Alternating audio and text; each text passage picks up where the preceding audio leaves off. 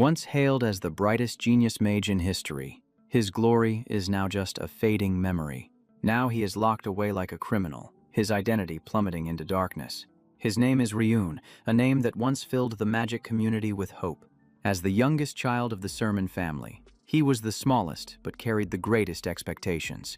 The family was once a symbol of prosperity, their reputation echoing across the Re continent. However, from the moment he learned to speak, his fate veered off the normal path. He was cursed by the demon king Aken, a dark mark following him with every breath. From then on, he could not touch swordsmanship or magic. All his powers were rendered useless. That once stable family gradually sank into an inescapable darkness. In the blink of an eye, everything collapsed when his father and brothers, one by one, disappeared without a trace or last words. Just when all hope was shattered, the crack of destiny widened. Rui was captured by the Peyton family, dragged into a tragedy with no escape. He was tortured to death, a haunting end in the shadows. But when he opened his eyes, he realized he had left the familiar world behind.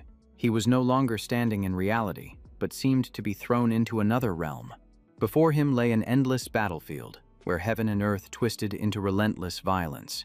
This place is called the Playground of the Gods, a land reserved for the chosen ones. In Aedeon, the gods summon countless wandering souls. They pull them from across the distant universe into this chaotic place. Then they grant each person a random profession for them to struggle to survive. With the dense population of ancient monsters in Aedeon, death always lurks nearby. No one lasts more than 7 days. All efforts are crushed. Yet somehow, Ryun has defied the cruel laws of fate. He awakened a master profession, the path to power unfolding before him.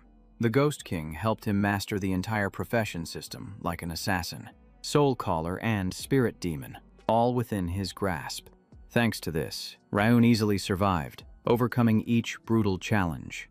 He even lasted more than 3 months on that endless battlefield. But his second life also came to a swift end when he dared to confront his destiny. You challenged a god of destruction, a battle beyond limits. And even though you ultimately lost, the mark of your journey is not yet finished. Your story continues, refusing to be buried in defeat. In the final moment before vanishing, your will still burns bright. That God granted you a wish, a gift exchanged for the price of life. When you awaken once more, you feel time has shifted. Ryun returns to when he was 12, back to where the tragedy began. And he still retains the privileges of a player, his power undiminished. As sounds echo in his ears, Ryun gradually awakens from the swirling memories. In front of him is a girl anxiously shouting, her eyes filled with fear as she looks at him. Her voice is shrill. Ryun opens his eyes wide in astonishment. Ryun sits up. Colin is flustered. He is still weak. Don't push too hard. He looks at her suspiciously. Lynn, the wet nurse of the Sermon household. Why is she here? And so young. Light shines down on the Sermon building. Could it be? He turns to her. Lynn, bring me a mirror, quickly. She awkwardly hands it over. Yes, yes. He takes it, and in the mirror is his face, much younger. Ryun looks at her and asks, What day is it today? She is confused but replies, Yes, August 17th, 1892. He stares at his hands in shock.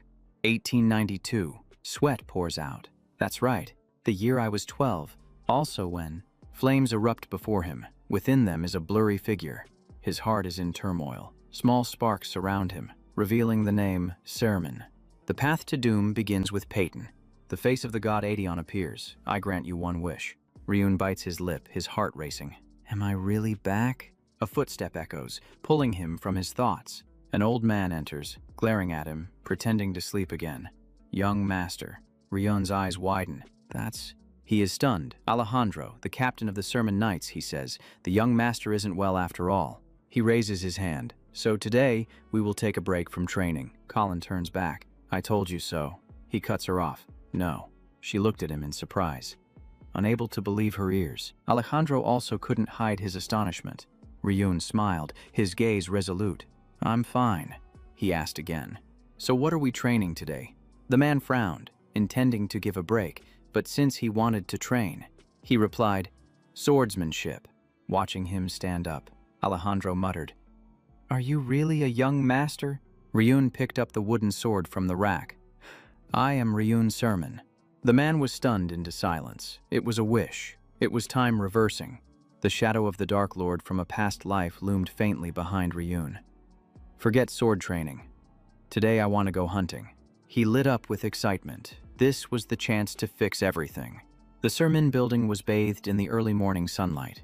The system displayed level 1, strength 7, agility 5, stamina 3, magic 0, curse SS, cursed by the Dark Lord, unable to use magic, always haunted by monsters, Ryun thought to himself. Thankfully, I can still use the status panel even though I returned to the past. This ability is unique to me. Alejandro entered.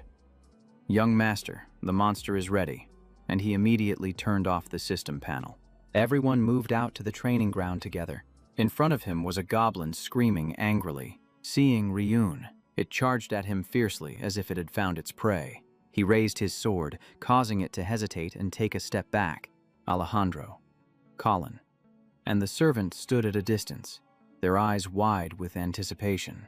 She turned to the man, shouting, "You need to stop the young master. You know just seeing a goblin will make him faint." She was right until yesterday. I was just like anyone else. Ryun closed his eyes, his mind drifting deep within. Opening his eyes, a blue light flared around him. Now I understand. A panel appeared, a warning from the system. The curse had been activated. The system warning displayed. The number of monsters was rapidly increasing. Fear enveloped Ryun, but he stood firm. It turned out the fear of monsters was also part of the curse. Alejandro saw this and tightened his breath. He spoke up to stop him. "That's enough for now." But Ryun interrupted. "No, that's not enough." He stepped forward, and the goblin howled and charged wildly. His face turned pale, fear crashing down without a chance to dodge. He instinctively stepped back, retreating a good distance. Ryun took a deep breath. Forcing himself to calm down, he was no longer the same. Just a goblin, after all. I can do this. The curse is nothing compared to the danger from him. The goblin's eyes gleamed with killing intent, filled with ferocity. The face of the god Aedion appeared, full of arrogance. Despite the heavy pressure, Ryun did not back down. He charged forward, swinging his sword fiercely, a green light flashing in his eyes. The slash came down, and the goblin's head dropped instantly. Every gaze froze at the scene that just unfolded.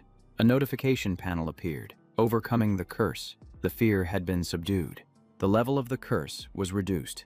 The sword broke in two, and the goblin clutched its head, rolling around begging for mercy. Ryun focused on the system panel in front of him. "From now on, you will no longer fear monsters," he said. "Please give me a real sword. Can you?" Alejandro drew his sword. Lynn's spirit seemed to leave her body. "Young master, you finally..." He turned around, a calm smile on his face as he looked at him. The man blushed, whispering, "You have become a man now." While the family is on the brink of collapse, the goblin trembled at the sight of the real sword. Its whole body shrank. Ryun tightened his grip on the sword, his eyes shining brightly as he swung down. Blood splattered everywhere, but his gaze remained unwavering. Alejandro thought to himself, a glimmer of hope had appeared. He turned to Lynn. "You should watch closely." Ryun swung his sword, goblin blood splattering. That image was of a true heir. Light filtered through the window of Ryun's room. He bent down to wash his face. The goblin's blood washed away by the water. In the mirror, a satisfied smile shone on his face. The illusion of his past life reflected in the mirror. The status panel still running. The system still active.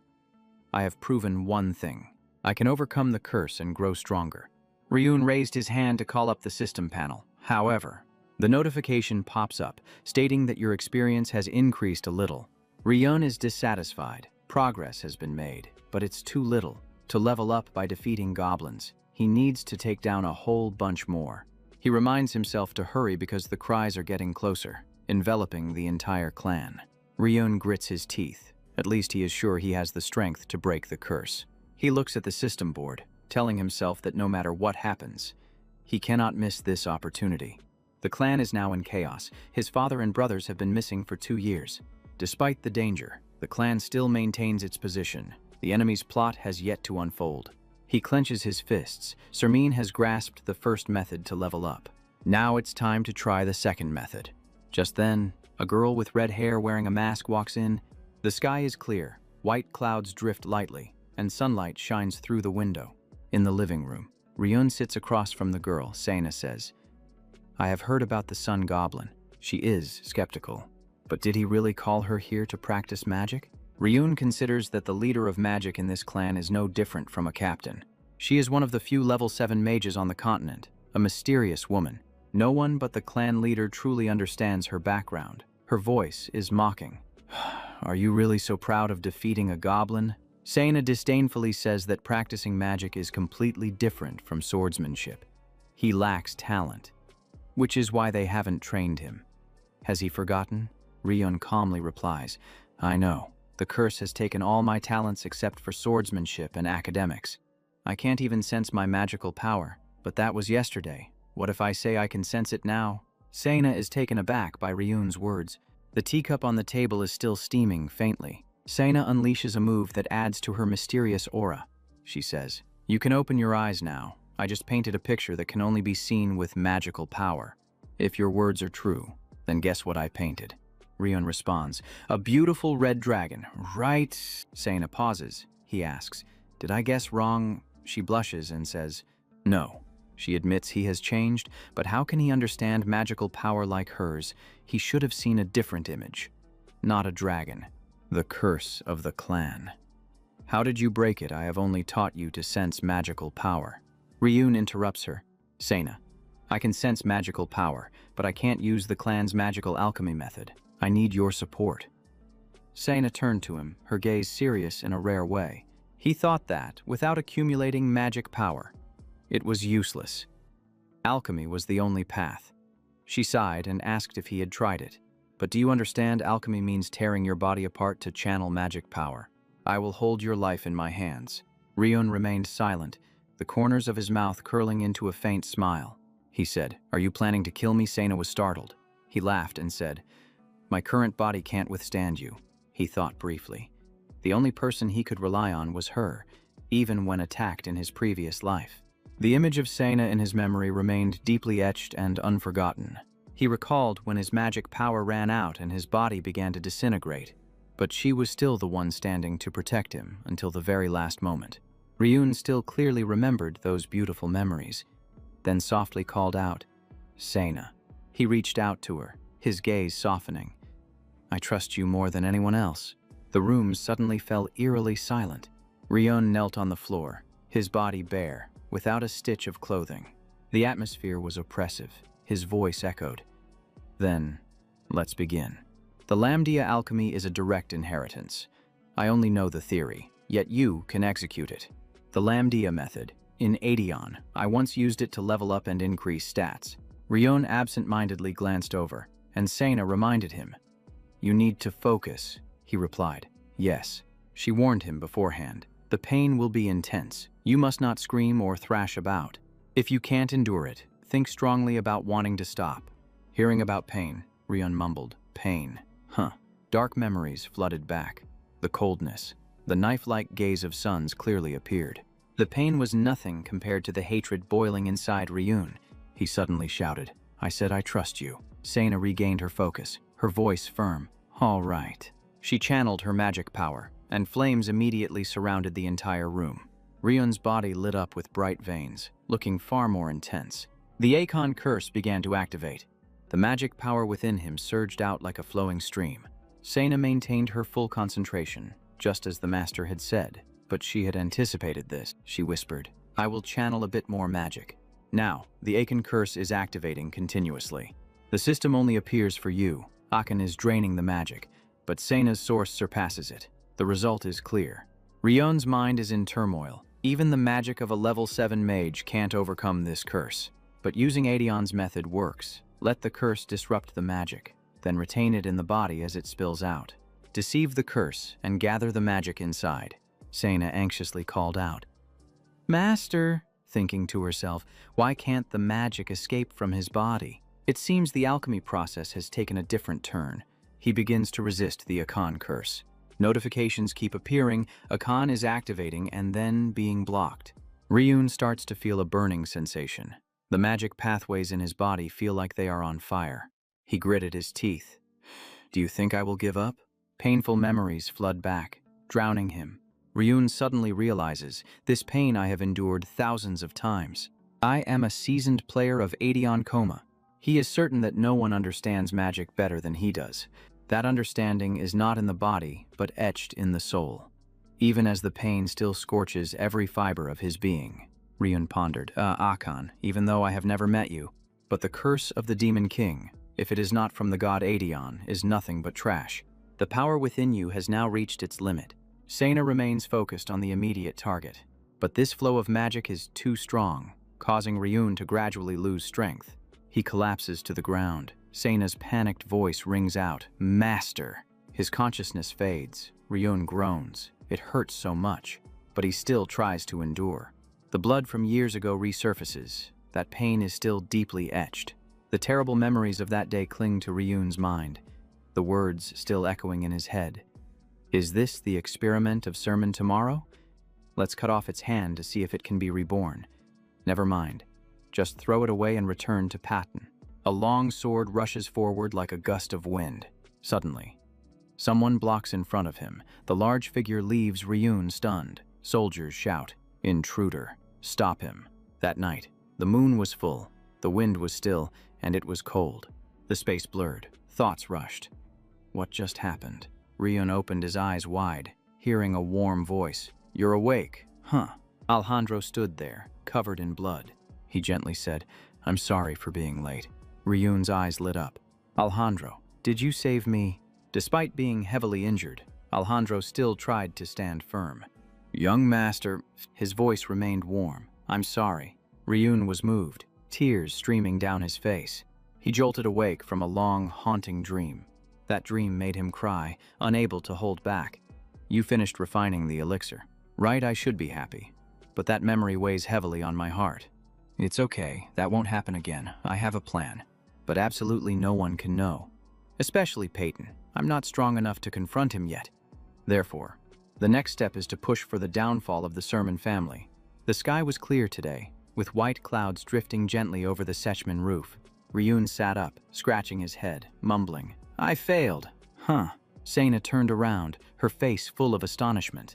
Alejandro was also stunned, exclaiming, Huh. The three looked at each other, the silence making the atmosphere awkward. Ryun pursed his lips, squinting his eyes, thinking to himself, even though I feel bad that they came right when I woke up, I can't tell the truth. It's not that I want to hide it, it's just that saying it wouldn't help. Whether they believe it is another matter? He smiled faintly, tightening his grip, then said, Everyone expected too much, so I tried, but now I don't feel any magic at all. Ryun turned his hand, raising it in front of Sena. You check it. Sena quickly stepped forward. I don't understand why you would deny it, but if that's the case, allow me to check. She immediately summoned her magic, flames bursting forth fiercely. She held Ryun's hand, channeling energy into his body. Soon after, Sena's magic surged powerfully. Her eyes widened, teeth gritted. What is this? Ryun just sat still, watching the golden sparks, smiling faintly. Sena released his hand, stammering. The magic really has disappeared. Yesterday, the magical power was still within me. Sena collapsed in shock and slowly walked out the door, apologizing to the young master. Ryun watched her silhouette, confused, calling out, Sena. Alejandro felt a bit awkward when he saw Sena slam the door shut. He turned around, raising his fist in encouragement. After all, he had hunted a monster. Just focus on your skills. Ryun trembled slightly, raising his hand to stop him. Actually, I can't go through that again. After that day, even eating became difficult. You heard Lin, right? Alejandro stood frozen after hearing that, unable to say a word. His face darkened in an instant. Time passed quickly. The weather was beautiful, and yellow leaves fell abundantly before the estate's gate. 2 months later, winter arrived, and white snow covered this place. Colin opened the large door and stepped outside. She felt sad, her eyes red, thinking to herself, the young master hasn't come out of his room today again. The Sermon family was operating without a head. The lady was trying to manage the family, but her strength was gradually waning. A butler asked Lin, The young master still hasn't come down to room A today? She replied anxiously. Yes, he complained. It's been 3 months since the monster hunt in the arena, and now he doesn't even listen to the head coach. The maid standing nearby added, "They say sudden changes are a bad omen. It must just be a one-night dream." Colin, though scared, argued loudly. That's not true that day. The young master was just trying to meet everyone's expectations. But someone's voice rang out, leaving her speechless. The Sermon family was in decline. It's not just the people at home calling the young master that. Throughout the kingdom of Darren, people mockingly called him the fool of the declining family. Colin opened her eyes wide, upset. He's only 12 years old. They're going too far, the butler added. High expectations lead to deeper disappointments, especially with a weakened noble family. The maid sighed. Even the servants are starting to leave, he said. I'll quit after this month. Colin, what are you planning to do? The question left her even more confused about the young master. Rion slowly set the knife down on the table. He thought the food was getting worse, which meant the family's finances were dwindling. Rion's eyes lit up, the corners of his mouth curling up, just as planned. If it were me before, naive and ignorant, I would have spent all the money to restore the family.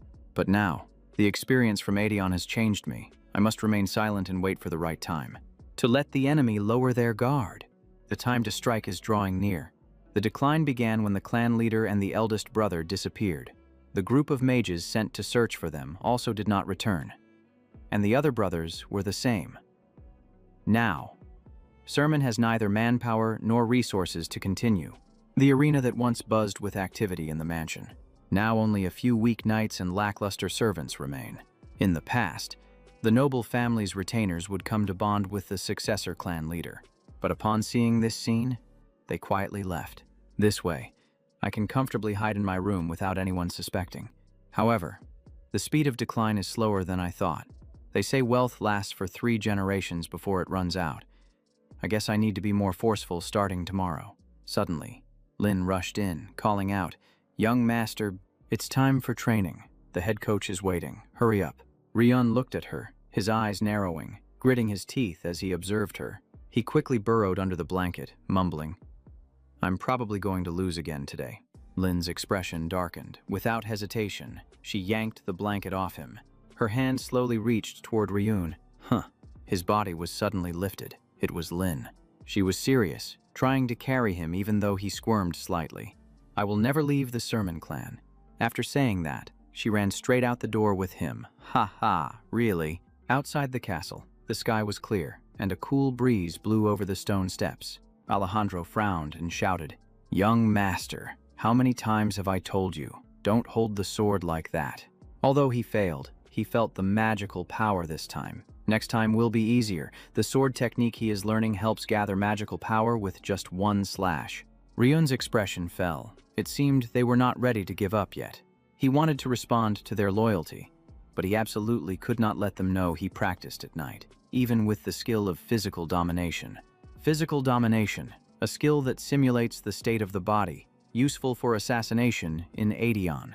Currently, he could only activate it awkwardly. The system reported. Experience increased. Stamina +1. The system continued to display. Strength +1. Ryun's face darkened. Just thinking about it made him... He dashed away, saying loudly, "I need to use the restroom for a bit." Alejandro was stunned. "You, young master..." A faint aura of vitality spread throughout the room. Ryun stood in front of the mirror. The skill was still unstable. Just a strong movement would break the layer of domination.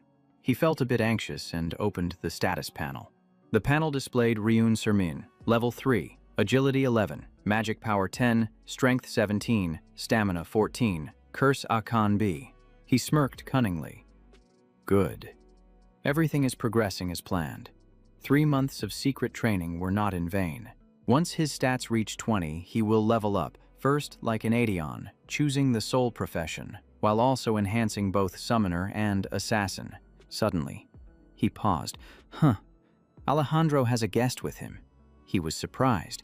The steward Sermon, Juno Hildo, entered and said, "Ah, young master, I apologize for interrupting your training session." Juno bowed. "Someone sent this to you," Rion thought, just like before the regression. They delivered the letter right on time. Alejandro's expression turned serious. Is it time already? Ryun opened the letter. The content read, an invitation to the birthday of the second Prince Darren, Kai Darren, in the year 1892 of the Rhea calendar. On that very day, the final piece of the plan will be revealed. On the green meadow, Ryun stretched and yawned. Am I just waking up now? Juno said. Since you set off? You have been sleeping soundly. Last night Lin had to change your clothes until late, he replied. I understand. Because both Alejandro and Sena cannot accompany him, he continued. Who would have thought a large horde of monsters would appear at this moment? Ryun thought. Indeed, a troublesome time. The task of the Sermon family is to prevent monsters from the Dark Swamp from spilling over to the Dree continent. Alejandro was dispatched to the border. Sena had to return due to a summons from her mother, who was temporarily taking on the role of clan leader. Their family could not refuse. So a 12-year-old kid has to represent the family and head to the capital. Juno reassured him. Don't worry. In the Darren Kingdom, no one dares to touch the legitimate heir of Sermon. Ryun pondered. At least while this family still holds that position. In the past, it was enough to handle a few guests. Now the family is weak. The clan leader must personally attend the prince's birthday. Ryun sat cross-legged, muttering, It's my plan. Just then he said, They have arrived. The capital Darkborn, sunlight shining down on the city walls like a painting. Birds still soared in the vast sky. In front of the palace, a long line of servants stood waiting. Ryun stepped out, walking gracefully with an air of confidence. They eagerly welcomed him. Dragon of Dree, we greet you, sir. The second prince, Kai Darren, received him with great formality. Juno bowed. Thank you, Prince Kai. The Sermon family is very honored. Ryun was slightly surprised to hear that, thinking to himself, hosting. He quietly observed from the gate to the inside of the palace. The people's gazes at the carriage were filled with worry. They looked at Sermin with pity, as if he were fading away. Rumors spread everywhere. Look, it's Ryun Sermin, the spoiled child. It's said that the Sermon family is about to fall. Ryun thought to himself. The nobles were whispering and sneering. Everything was going according to the plan he had set. The sky was clear, with white clouds drifting slowly. He hesitated and bowed his head. Greetings, sir. Juno spoke on his behalf, feeling somewhat helpless at that attitude. The people outside were chattering non-stop. Ryun gritted his teeth and muttered, Just dance to my tune. Inside the palace, a voice echoed. Hey, you guys! Two sons spoke up. I came a week early to escort Ryun, right? Gangun replied. He entered the city 5 days ago. I heard he came early to meet the envoy. Haisung whispered. Keep dreaming. Can't you see even with his face covered, he still doesn't dare greet the nobles. The room was as quiet as a tomb. For 5 days, he hadn't said a word, even with the lively banquet, delicious food, and drinks on the table. And there are girls too, one guy eagerly interjected. Gangan remained calm. Seeing everyone anxious, I sent the youngest to persuade him. Just then, Butte rushed in. Captain, he recounted Ryun's calm expression and the message. I will attend today. I hope you all prepare. Butte still stood there, excitedly adding, Yes, after hearing this, Gangan and the two sons felt much more uplifted, but he instructed them to keep it a secret, not to let the steward Juno know. The guards still need to prepare, one person said, and then everyone chimed in. It's fine, as long as he shows up. Everyone will fall silent. After discussing, the three immediately split up to handle things, while Ryun remained contemplative these past few days. He also had time to practice quietly in his room. He thought to himself. Attending the banquet wasn't about the ceremony. His gaze sharpened. His purpose was much greater. Outside, the carriage was passing through the palace gate. Two sons were sitting in the carriage, heading towards the palace. Ji-yoon had sensed it from afar, murmuring, He will come today. The evening fell, the sky was clear, and the scenery was strangely peaceful. A voice rang out announcing that Lord Sapato had arrived. The palace doors slowly opened, light spilling into every crevice of the columns. Sons, dressed in a magnificent suit, walked slowly into the hall. He glanced sideways as if he had spotted something. Juno was standing there, turning slightly as if to leave. But Sun spoke up. Isn't that the steward Juno Hildo? Juno calmly replied. Lord Sipato has indeed come. The prince will surely be surprised. He continued. I heard the Sermon family arrived first, but Sun smirked and asked, where has Ryun Sermin's fame gone? Hearing this, Juno frowned, clearly displeased. He asked again, fame? What do you mean? Suns was surprised. Everyone knows. He lowered his voice.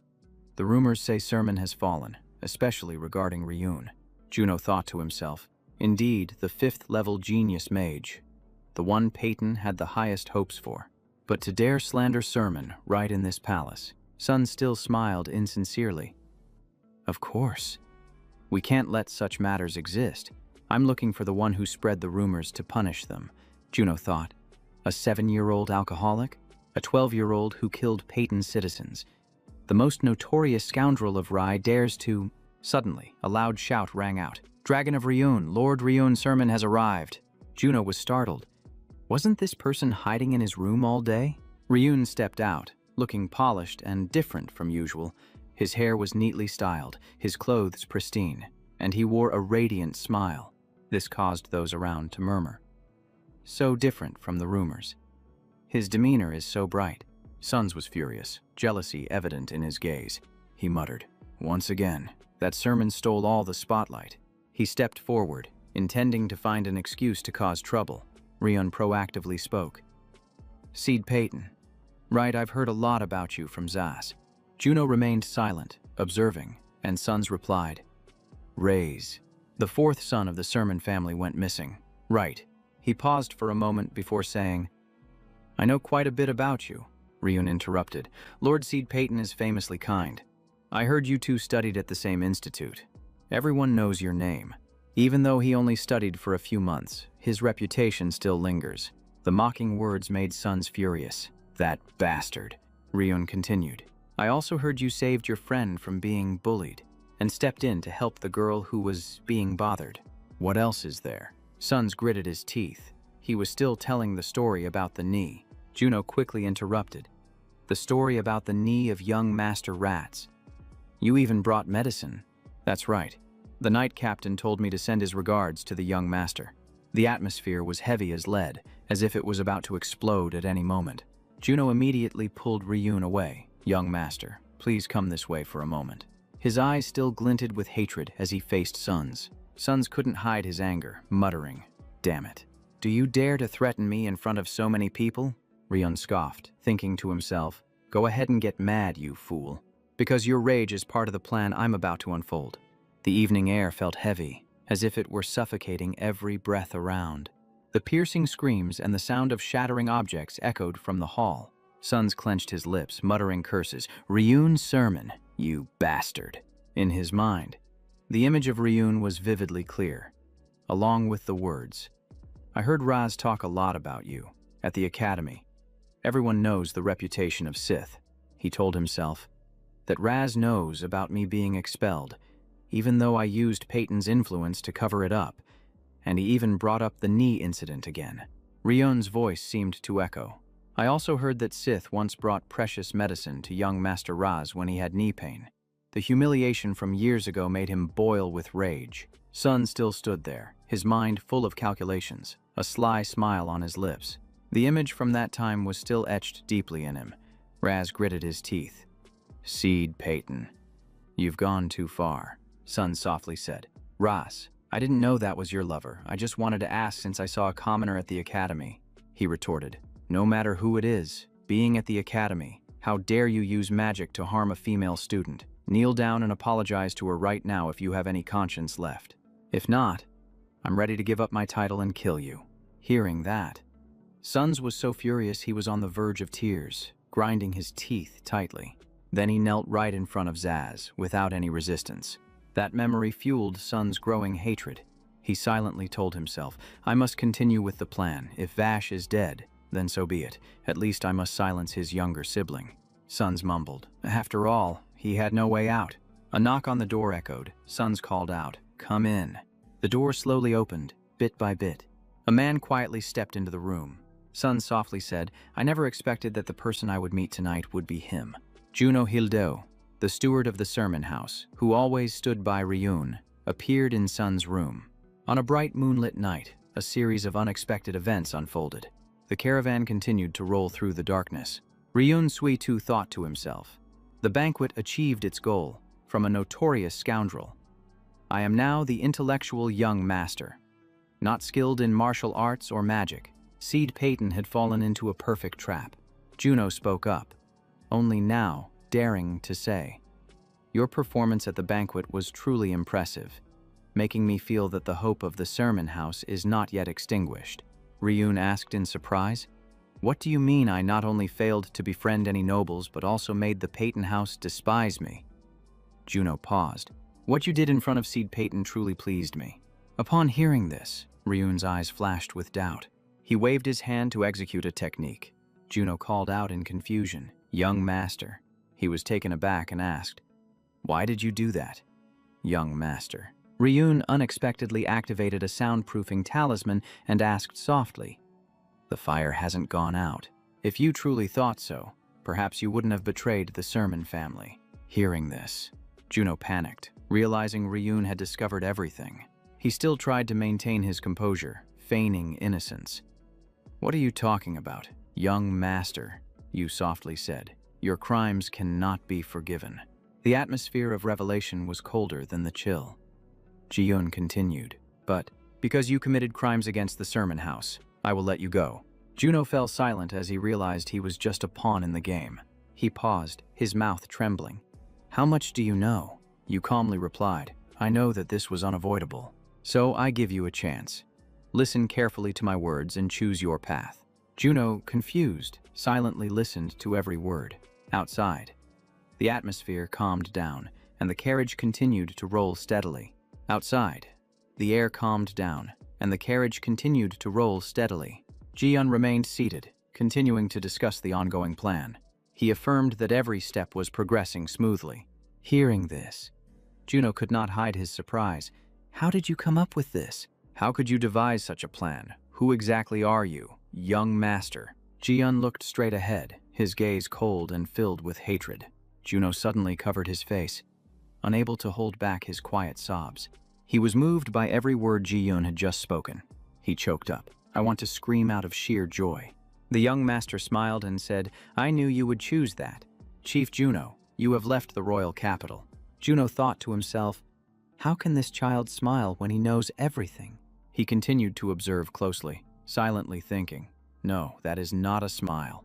That is a sharp gaze, filled with killing intent and resentment. Suddenly, the carriage jolted violently and came to a complete stop. A soldier spoke up. Why are we stopping? Keep going. He turned his head to find the reason the horses weren't moving. Then he froze upon seeing the eerie scarecrow. He exclaimed, huh. The soldiers stood still, stunned by the surprise. The escort team immediately warned of an ambush. Protect the convoy. Be careful. The arrows are enchanted. The captain ordered, mages, create a shield immediately. Dare to ambush the Satchman Yu family. If you have the guts, step out and kneel. A soldier glanced around, noticing something unusual. The escort warned, Captain, don't approach the carriage without the signal. Your life will be at stake too. The shield was still there, but the shouting voice rang out, this is not good. The young master had vanished. The carriage was now empty. The captain was terrified, not knowing what was happening, stammering, what? The silence of the night enveloped the forest ahead. Juno rode through the night. He stopped, breathing heavily with each labored breath. Behind, Ryun was tightly bound and dragged away, blood splattering along the path. He hung suspended in midair, magic activating continuously, the system signaling an abnormal and weakened state. Ryun closed his eyes, his lips tightening, reminding himself that it had been a long time since he used this. The imposed effects were too strong. He envisioned the panic of the guards. Surely the protectors of Sermon were in complete disarray. Juno urged his horse to run faster, recalling that in his previous life, after this kidnapping incident, the family had poured all their efforts into finding him, the last heir besides his little sister. Ryun furrowed his brow. Then, they collapsed and perished. While I can now take advantage of today's events to steer everything in the direction I need. The panicked face of Uncle No flashed before him. He said, disguise. Huh. Pretending to be on the verge of collapse. Facing him, Ryun stroked his chin and replied, the The situation of Sermon is already dire. What if I clearly express my determination to revive it now? A series of family emblems appeared. The noble families would fear and seek to pressure me if they united. Sermon currently could not withstand it. He imagined himself surrounded by the gazes of Mu Mo, so I let the rumors spread to show that the last heir is no longer a threat, luring them into complacency. The image of the arrogant sons trampling on Ryun briefly flashed. No matter how the other families were, Peyton always wanted to eradicate the seeds of Sermon. The rumors might buy me time, but they would definitely not let me be. Speaking of this, his eyes reddened, his hands clenched tightly. Then I will seize this opportunity. Terrifying images flashed through Juno's mind. Ryun's voice echoed evenly. Sons Peyton has fallen into the trap when I mocked him. If he has ulterior motives, the moment I return will be when he strikes. If there are more who want to jump in, it would be even more favorable. Juno's face darkened further. Ryun let out a light laugh. Then he extended his hand toward Juno. Come on, choose, Juno. What is about to happen will be the climax of Sermon's destruction. Back in the present, Ryun lay on the horse's back. The system reported again. Magic resisting the abnormal state. The Earth Green spell also resisted. His cold eyes opened. All right, everything is within calculation. A low voice rang out, causing him to pause. I'm sorry. Juno trembled on the saddle, repeating, I'm sorry, young master. Ryun paid no mind, saying, just follow the plan, Juno. That is the only way for you to atone. Juno remained silent, only able to shed tears. In his mind, Ryun's entire body was enveloped by resistance power, increasing by 1 point, all attributes reaching 20, feeling as if awakening. Sensing the surge of magic power, Ryun opened his eyes. Good, the first growth condition is complete. In a village bathed in the quiet moonlight, Teacher Juno carried Ryun inside. Sun stood waiting, saying, You've worked hard. He led the group of guards forward with arrogance. Oh, I didn't expect you to come yourself. This is a special deal with the steward Juno Hildy of Sermon. He looked at Juno, who was exuding killing intent for betraying his master. Hearing this, Juno gritted his teeth and replied, Hey, that's going too far. Lord Sun's paten. In the night, Sun spoke sarcastically, sounding like a barking dog. If you betray, just remain silent and wait for punishment. Sun's Mumo held a scroll of paper, information from a reliable source of the Atsan family, which had been verified. He handed the scroll to Juno. Is this information certain Atsan is a prestigious family on the Re continent, famous for being an assassination clan? The scroll emitted a faint magical aura. They primarily traded information and never sold false news. Suns pointed at the scroll in Juno's hand, which contained records about the whereabouts of the missing direct heir of Sermon, Ryun, who was hiding under a nearby tree. Heard everything. This was the reason Juno betrayed Sermon. He sold me out, the incompetent heir, to find the missing brothers who could lead Sermon. Knowing Asan holds the information, Juno surely won't live long. Peyton uses economic power to pay a high price to monopolize this news. After the transaction, Sun stroked his chin and turned away. You can leave here. Your business is done, traitor. Watching him leave, Juno said, Please keep your promise. He paused. Ah, of course. Sun smirked with malice. Your precious young master will be returned to Sermon safely. Juno finally urged his horse away from that place, along with the guards. Sons approached Ryun, bent down to examine him. One of them asked, Should we deal with him? He replied, No need. He looks just like a soulless corpse. Sons laughed coldly. By now Sermon must know he is the culprit. Only when he returns there will the grand plan flow smoothly. Everything is ready. Another guard asked, Hey, will you do it yourself? Sons grabbed Ryun's hair and pulled hard. Of course. I'm here just to see the face of that traitor. In the thick darkness of the night, the mist and wind swirled heavily. Suddenly, a flash of light appeared. Ryun's eyes slowly opened to see Sun's shadow in front of him, seeing him awake. He leaned in closely, his voice low. Hello, kid. Now you understand the situation. Right, but Ryun glanced away, his cold gaze making him uncomfortable. Sons looked at him, chained up, and sneered. How ridiculous. The direct heir of Sermon is in such a pathetic state. Ryun looked straight at him and asked, Sons Paten, what are you doing? He twirled the weapon in his hand, looking unfazed. I have kidnapped the precious seed of your proud sermon. Ryun's face darkened as he replied. So, do you know what consequences will follow? Sun's frowned. Are you threatening me now? He twisted his mouth into a distorted smile. Threatening me again, like at the banquet. Ryun said nothing, just smiled enigmatically. He stepped closer and ruffled Ryun's hair. It seems you heard something from your brother Jax. How pitiful. Then a streak of blood splattered lightly, he said. Didn't he tell you? Sun's ground his foot down on Ryun's head. Your father and brothers are all dead. Don't be foolish and seek revenge on Peyton. He continuously struck down, applying pressure to force him to submit. Ryun's eyes sparkled at this moment, and Sun's growled. You still don't understand why you are here, do you? He pointed at him, laughing mockingly. You should have been protected inside the carriage among the knights. Juno sold you out, trading you for the whereabouts of your brothers. He shouted, no one is coming to save you. Suns tightened his grip and continued. You want to know the consequences? It will surely be war between Peyton and Sermon. My capturing you will be the spark. Got it. Despite the pain, Ryun let out a cold laugh. Nonsense. The fool is dead, talking too much. His body began to radiate layers of extraordinary power. Seeing this, Suns widened his eyes in surprise. Ryun transformed back, his body recovering, mana erupting and activating the magic circle. Immediately, multiple magic circles appeared around him. The bright light forced Suns to raise his hand to shield his face. The ground around him was enveloped by Ryun's magic circles. Ryun gazed deeply into the light, thinking he had waited too long to return to this place. Suns opened his eyes wider, sweat beading on his forehead. His legs faltered as if losing balance. In the moonlit night at the old building, sounds echoed.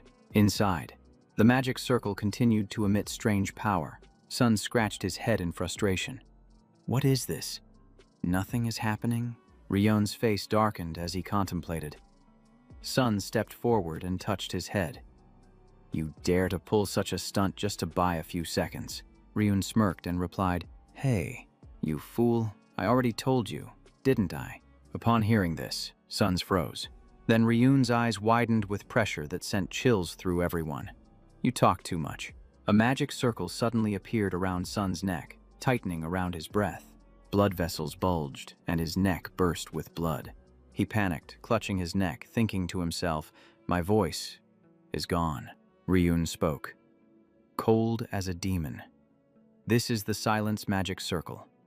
Now your advanced spells are completely sealed. A mage who doesn't chant spells renders their magic useless. Suns was dazed, unable to believe it. He still tried to raise his hand, attempting to activate magic. He thought, as long as I use a fireball, I don't need to chant. Ryun looked at him with disdain. Spells that don't require chanting only reach level 3. And now, you can't even unleash a damaging blow. This is the trap of the Peyton family. Suns intended to attack directly at him. Before the strike, Ryun remained unshaken. I guess you don't want to die. Huh, indeed. You only used a level 2 spell, far below my level. That is your mistake. The strike pinned Ryun's leg. Suns felt relieved. He only needed to injure one leg. But the scene that followed left him stunned. Ryun's leg was healing right before his eyes. The boy's eyes shone brightly. The spell had been dispelled. Suns couldn't believe his eyes and quickly waved his hand to summon another spell. Seeing this, Ryun immediately guessed. This time it's a level 3 spell. Huh, what a pity. You just threw away your last chance. He smirked. Did you think I would let myself get hit? In response to the spell, Ryun created an ice circle and counterattacked immediately. The flames were swallowed by the torrent of water. Suns felt something was off with his magical power and quickly looked back. Realizing the problem, he gritted his teeth and fell silent. From Ryun's eyes, 3 barriers shot out, absorbing and reflecting the magical power. Sun's hands burned painfully, the pain piercing to the bone. Ryun said, any spell that exceeds the limit will be crushed instantly.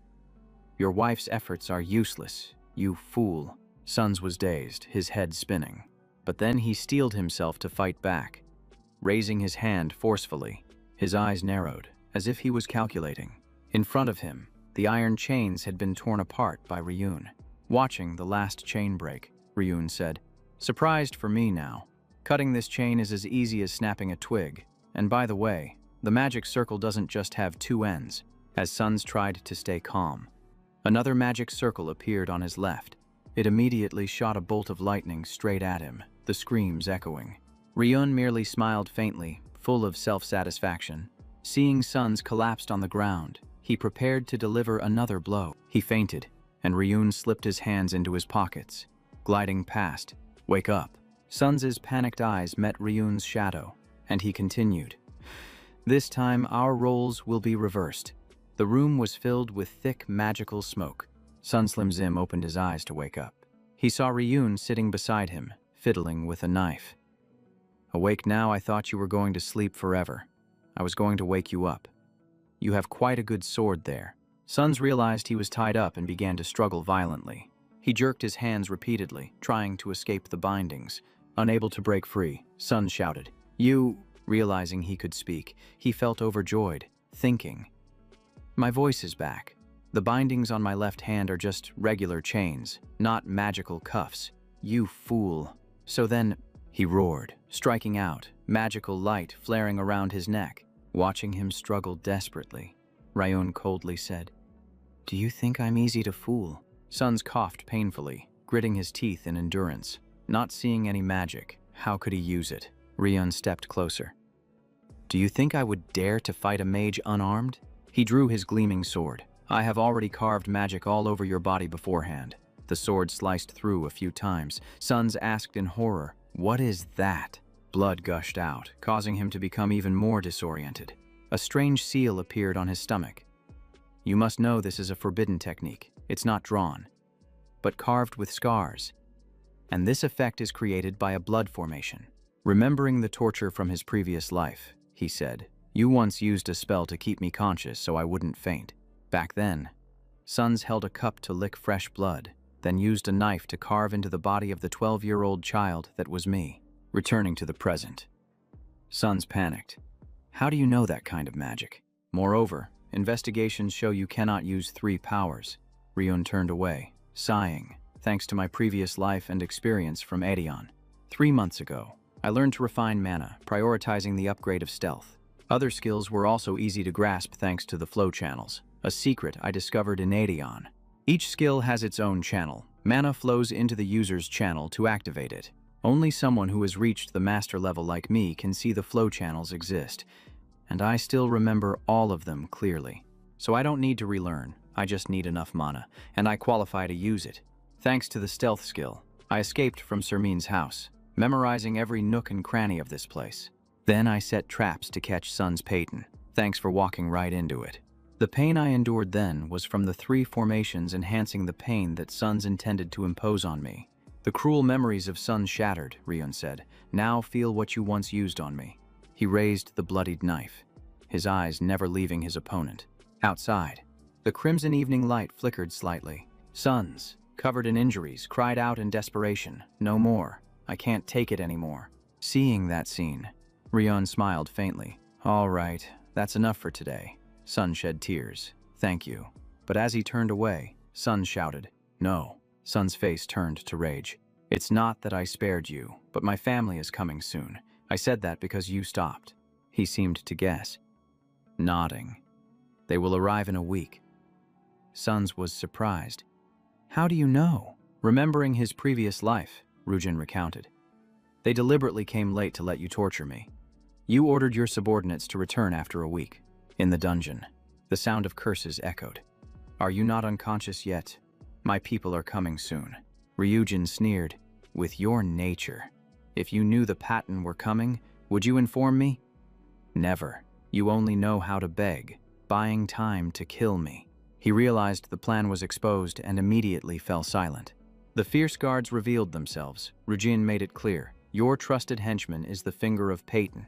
Suns shouted in anger, "What do you intend to do?" Ryujin coldly slapped him hard across the face.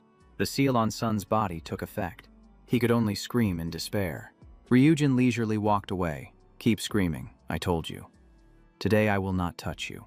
Suns yelled hoarsely, tears and snot streaming down his face, standing nearby. Ryujin in the magic circle tilted his head and sneered. "Come on. get ready to welcome me, thinking of the guards arriving soon. He knew he would have to confront the elite Peyton within the next 7 days. A week later, this place was once again shrouded in silence. The escort team entered.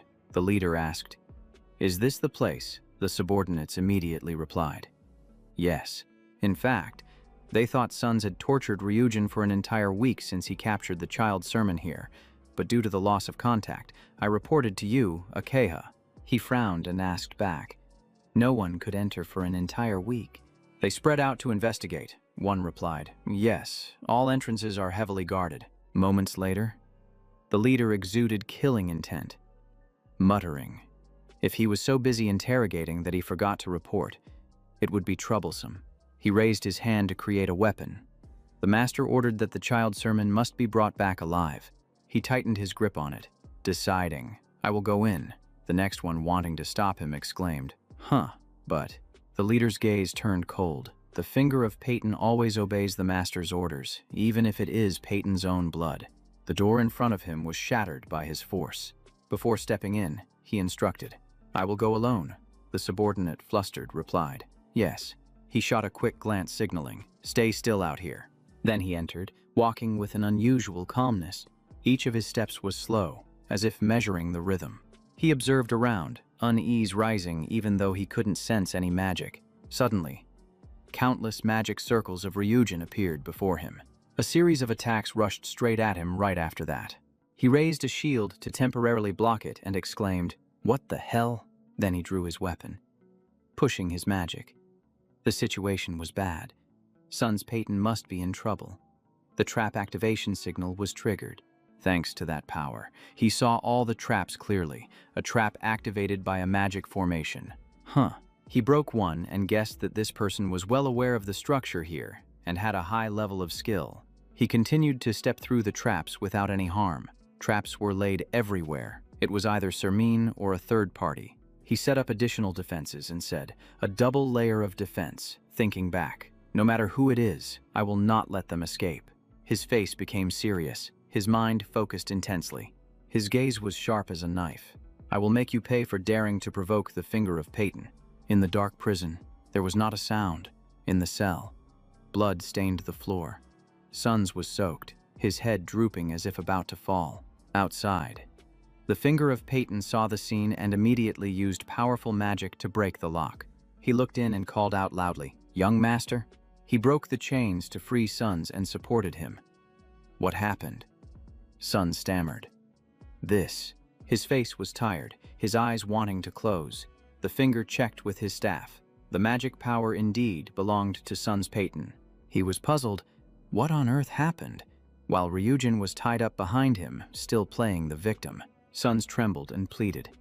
"Hurry and use the recovery potion," the subordinate replied. "We must leave here first. Remember the dense traps on the way in," he said. "The enemy has not shown their face. It is very dangerous. There are many traps ahead." He looked directly at Ryujin. He controlled the young master and the child but did not take them away, meaning the goal was not just to rescue. He rebutted himself.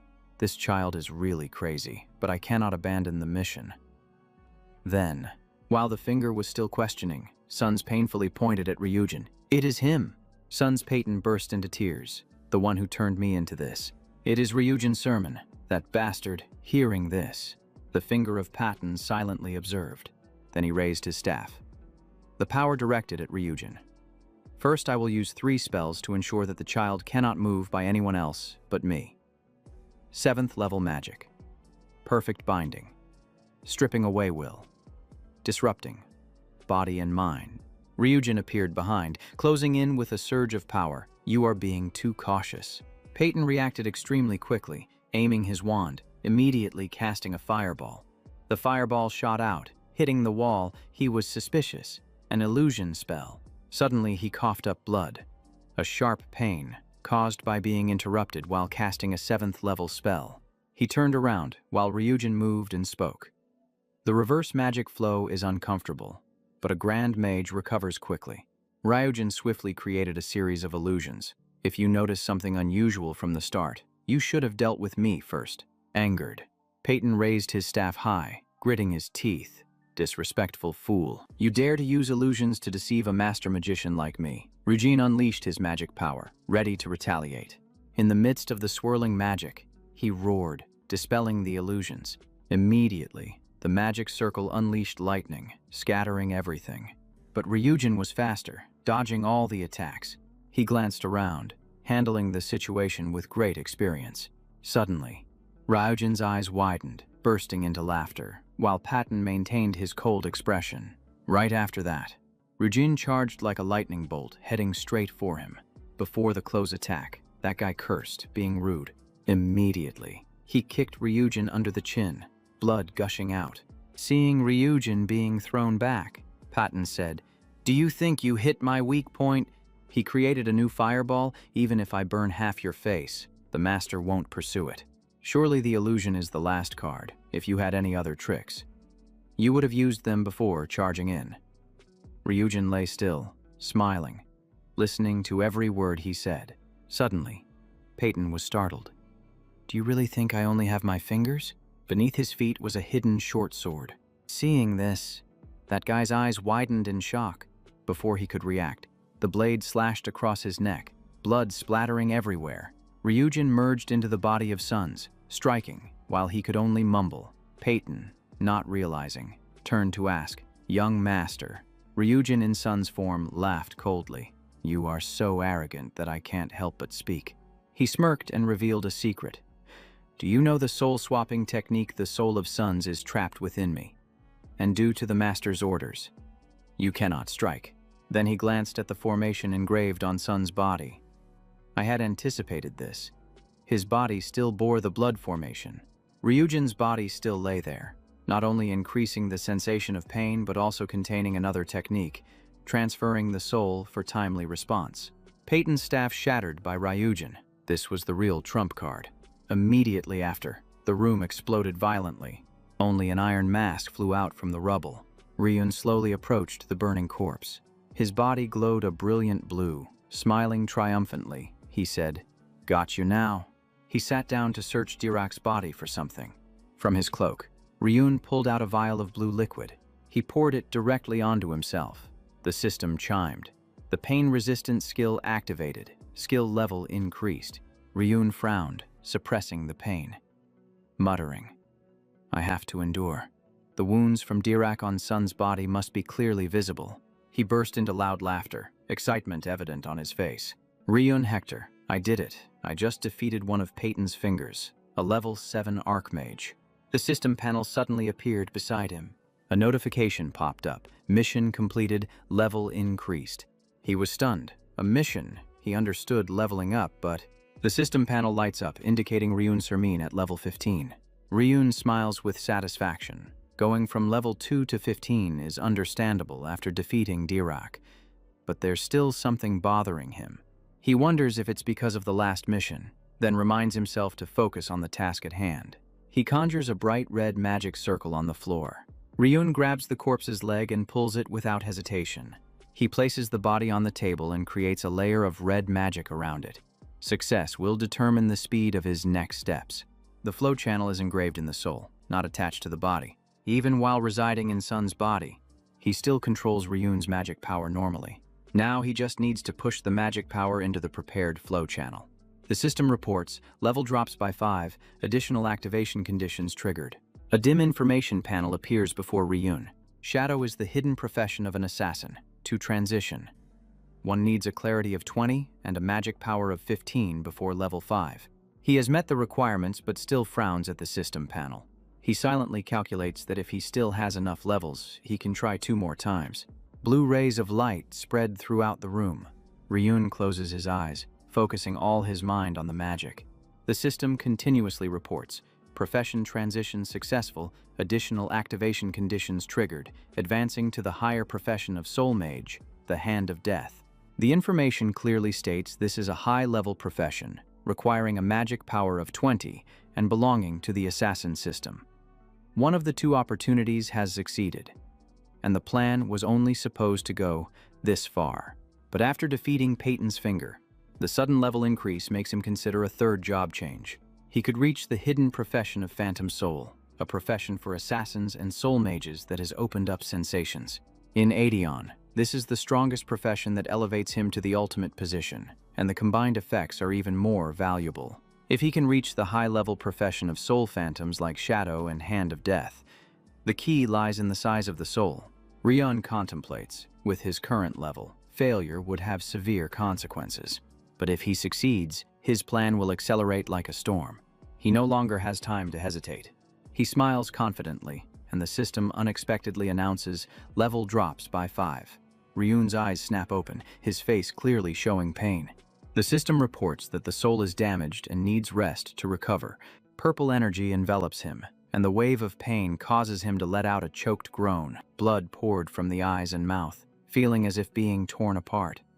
Could it be that the third high-level profession exceeded his limits? Suddenly, he seemed to see something, his eyes wide with shock.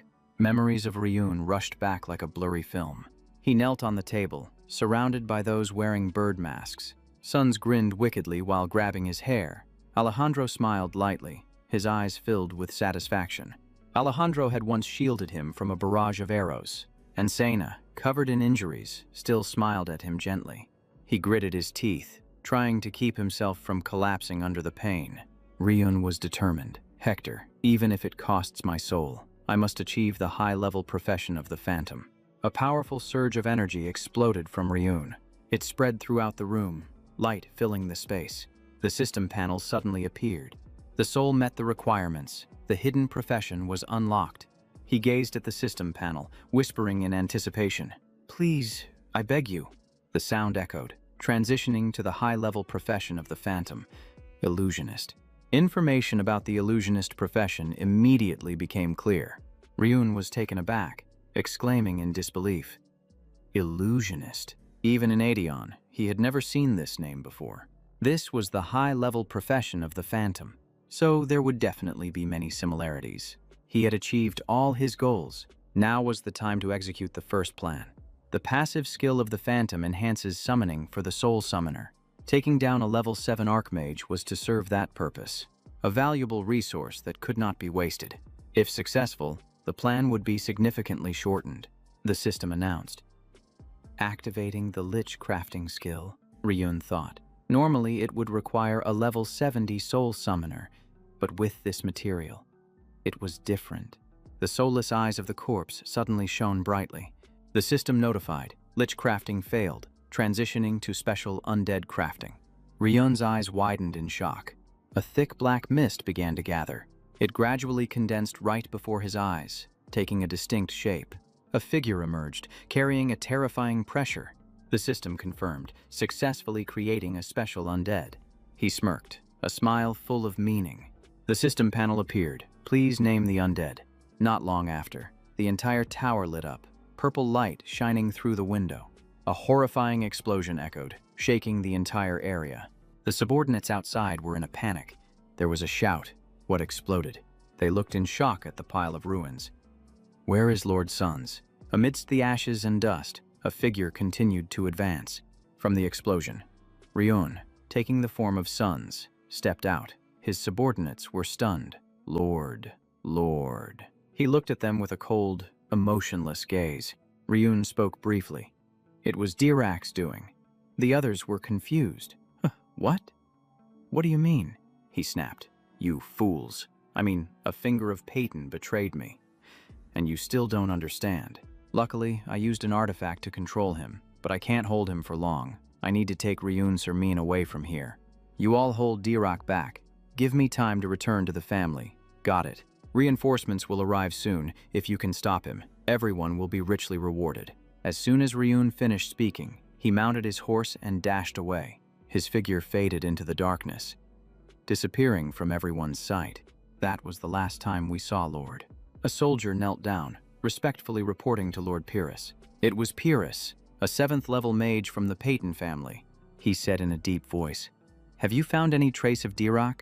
Pyrrhus was furious, crushing the report in his hand. He roared, "Is this what you call a report? So only you know what happened that night." The soldier stammered in confirmation, and just as he finished speaking, the soldier behind swung his sword. Without hesitation, the cold soldier continued to slash. ignoring the cries of the other. Virus said that the disappearance of young Master Son's Peyton was also a serious issue. If Peyton's involvement in the kidnapping of Chief Sermon is discovered, the consequences will be severe. Suddenly, chaotic sounds erupted from outside, then stopped abruptly. The guard shouted loudly, "Take another step and you won't be safe." A pair of strong legs stepped forward. The aura from that step made the enemies hesitate. The man continued to walk forward, not striking, but the soldiers around trembled in fear of his power. Under the blue moonlight, Alejandro stood tall and coldly asked, "What happens if I take another step?" "I will wipe out all of you trash," Pyrrhus warned, daring to invade someone else's territory without notice. "Do you want to start a war?" Alejandro retorted. "You are the ones who declared war." "Bring Lord Ryun out here now," Virus calmly asked. "You are not questioning, but asserting." "Huh," Alejandro replied. "Humph. The rumors have spread across the borders since a week after Lord disappeared. Isn't this camp set up right here to hide the suspicious activities in that project?" Virus honestly replied. "We do not know where Chief Sermon is. Young Master Son's Peyton is also missing. I hope you will cooperate in finding them," Alejandro growled. "Shut up." That statement made Pyrrhus furious as well. Alejandro warned, "You must not tamper with the scene while the investigation is not complete." He looked directly at Pyrrhus, his gaze heavy with authority. Pyrrhus immediately took a defensive stance, his aura no less fierce.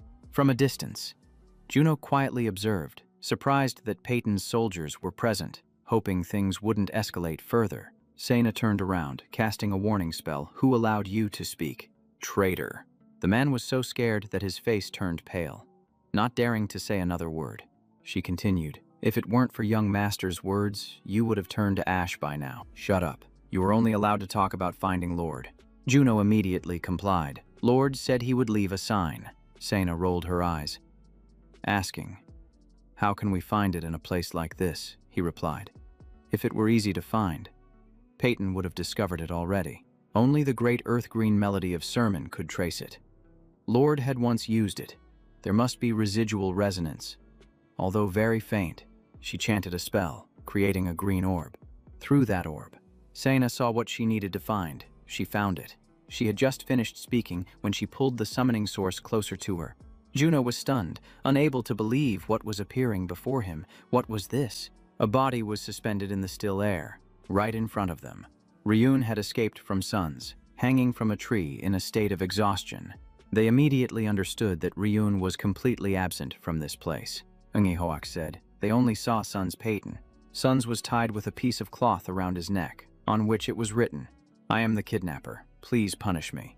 At the same time he appeared, a letter lay right at his feet. Sena quickly spotted the letter placed there. He asked if there were any signs of the Master, and Sena signaled for silence. "Wait, there is a letter here." Sena read each line carefully. If it were Sena, she would definitely notice this letter. "I once wanted to take over Sun's body to destroy the Peyton clan, but if the 8th level mage clan leader Peyton realizes I switched souls, it would be dangerous. If I return to Sermon in Ryun's body, this could lead to a war between the two clans. Sermon cannot withstand it now. So there is only the last option, before I disappear. I must leave an explanation that makes Sena believe it." Juno curiously asked, "What does it say?" She silently burned the letter and said, "Let's return to the Sermon clan. Chief Steward." The letter burned slowly in Sena's hand, turning to dust. A premonition of many things waiting ahead. The red sunlight shone down across the entire land below. Flocks of birds flew freely in the high sky. Their shadows were clearly cast on the layered rooftops. A petite figure gradually stepped out onto the street. A voice called out, "Hey Liang, the team leader is looking for you. Let's go." Juno and Sena stood there. He asked in confusion. "Lord Sena," Sena replied firmly. "I have confirmed it." The young boy turned back with a gentle smile and said, "Yes, sir." His eyes glimmered with a strange cold blue, unlike before. He smiled softly, just like Rui's line. Time passed. 3 months later, in the capital of the kingdom of Benchoi Fenton. The townspeople were buzzing. "Have you heard that Peyton and Sermon are at odds? The two kingdoms of Dylon and Penstroy must intervene to mediate." "Why is that?" "I heard that the traitor Patton has captured the last person with the Sermon bloodline." In the end, Sermon accepted compensation from Patton. but the troublemaker has yet to be found. The child who was captured is also missing, so why did Sermon accept compensation? The head of the Golden Line has been missing for a long time. Once a prestigious family, now only remnants remain. The rumors keep spreading day by day without stopping. At this moment, at the Amsat Martin branch of the Fenton Guild, a voice rang out. The last person with the bloodline missing makes the compensation even more necessary. She sat cross-legged, deep in thought, then sighed wearily. Sapphire, a level 2 assassin, lightly criticized the branch manager, feeling bored. "It's all old news that everyone knows," Uncle Dunn said. "And what about the news that Sermon's butler Churro was executed? He was exposed for being linked to Peyton's people. Alejandro immediately dealt with him on the spot," Sapphire asked in shock. The master swordsman on the continent took action himself. Suddenly, someone walked in through the door. Ryun appeared with a calm demeanor. Sapphire said, "You've arrived, Lee," he greeted softly. "Hello, Uncle Duns," he asked. "Are you looking for the branch manager?" The room fell silent. Only the light filtering through the crack of the door remained. Sapphire spoke up. "Finally, you decided to come today." She held out an envelope and asked, "Can you guess what this is?" "Ryun, a letter nominating you as an official member of Martin." Hearing that, Ryun smiled slightly. He said, "After all, there's still one test left," Sapphire replied. "That's right. It's your first mission." "Right, but for you, this task shouldn't be too heavy." The Asen assassination clan, the fourth largest on the continent, in just 2 months at the Phantom branch, you have surpassed all challenges to reach the final round. Ryun's eyes sharpened when he heard that mentioned. She added, "Our branch has welcomed a rare talent, the shortest trial period and the youngest in 100 years. He humbly replied, "I'm still far from the level 2 branch manager," Sapphire teased. "You're just pretending to be modest. Anyway, compared to our first meeting, your expression is much more natural now." She sipped her tea while continuing the conversation. The image of that night resurfaced in Sapphire's mind. She remembers that night, just 2 months ago, when a boy appeared quietly, in a crowd of not-so-famous assassins. He brought a large sum of money that surprised everyone. That night, Ryun's eyes were filled with a dark aura as he made the assassination request according to her account. It was the first time Sapphire met Ryun, and it also marked the beginning of all the mysteries. Ryun said, "Because I heard that as long as there is money, the guild will accept it." After confirming the money, "Everyone treated me like a guest," Sapphire said. "It's not just about the money, but because of intuition. I guessed I wouldn't meet a strange client like you again. Isn't it true a boy dressed in rags comes in with money, and even hires someone to take action against himself? That already sounds strange." Ryun ignored that comment and did not respond. He took the letter, stood up, and said, "I will read the letter myself. When the test is over, call me," Sapphire replied. "Okay." And Ryun turned and left the room. Their conversation also came to an end. Kan immediately asked, "Did you accept him because of your intuition?" Xavier Bendap said, "Don't joke. The process is clear. That boy completed all the training in just 1 month." Kan said, "Others take 5 to 10 years for those courses." She also praised, "Indeed a talent. You investigated thoroughly." "Right," the guy reported. "Lion. No last name. Green hair, green eyes. Picked up off the street. Raised under the guidance of an unknown teacher. Then one day, the teacher disappeared. He joined the guild to find traces of his teacher, proving his abilities, and then requested an assassination against himself. Thanks to that, he was tested and surpassed the training very quickly." Sapphire doubted the information from Lion, wondering if it was accurate. Kan continued to assert that everything was correct. He recounted everything, saying he had been to where he lived with his teacher, a house on the mountain. Kan said there were still signs of people around there. Sapphire interrupted, raising many questions. Even if the information is correct, there is something more important. Could Lion actually be Ryun Sermon? Kan hesitated briefly before that hypothesis. Sapphire connected the events. The young Master Sermon disappeared. Ryun Sermon. A boy of the same age appeared here right at that time. Is it just a coincidence that I keep feeling uneasy? Kan commented that the likelihood of that is extremely low, and she asked why.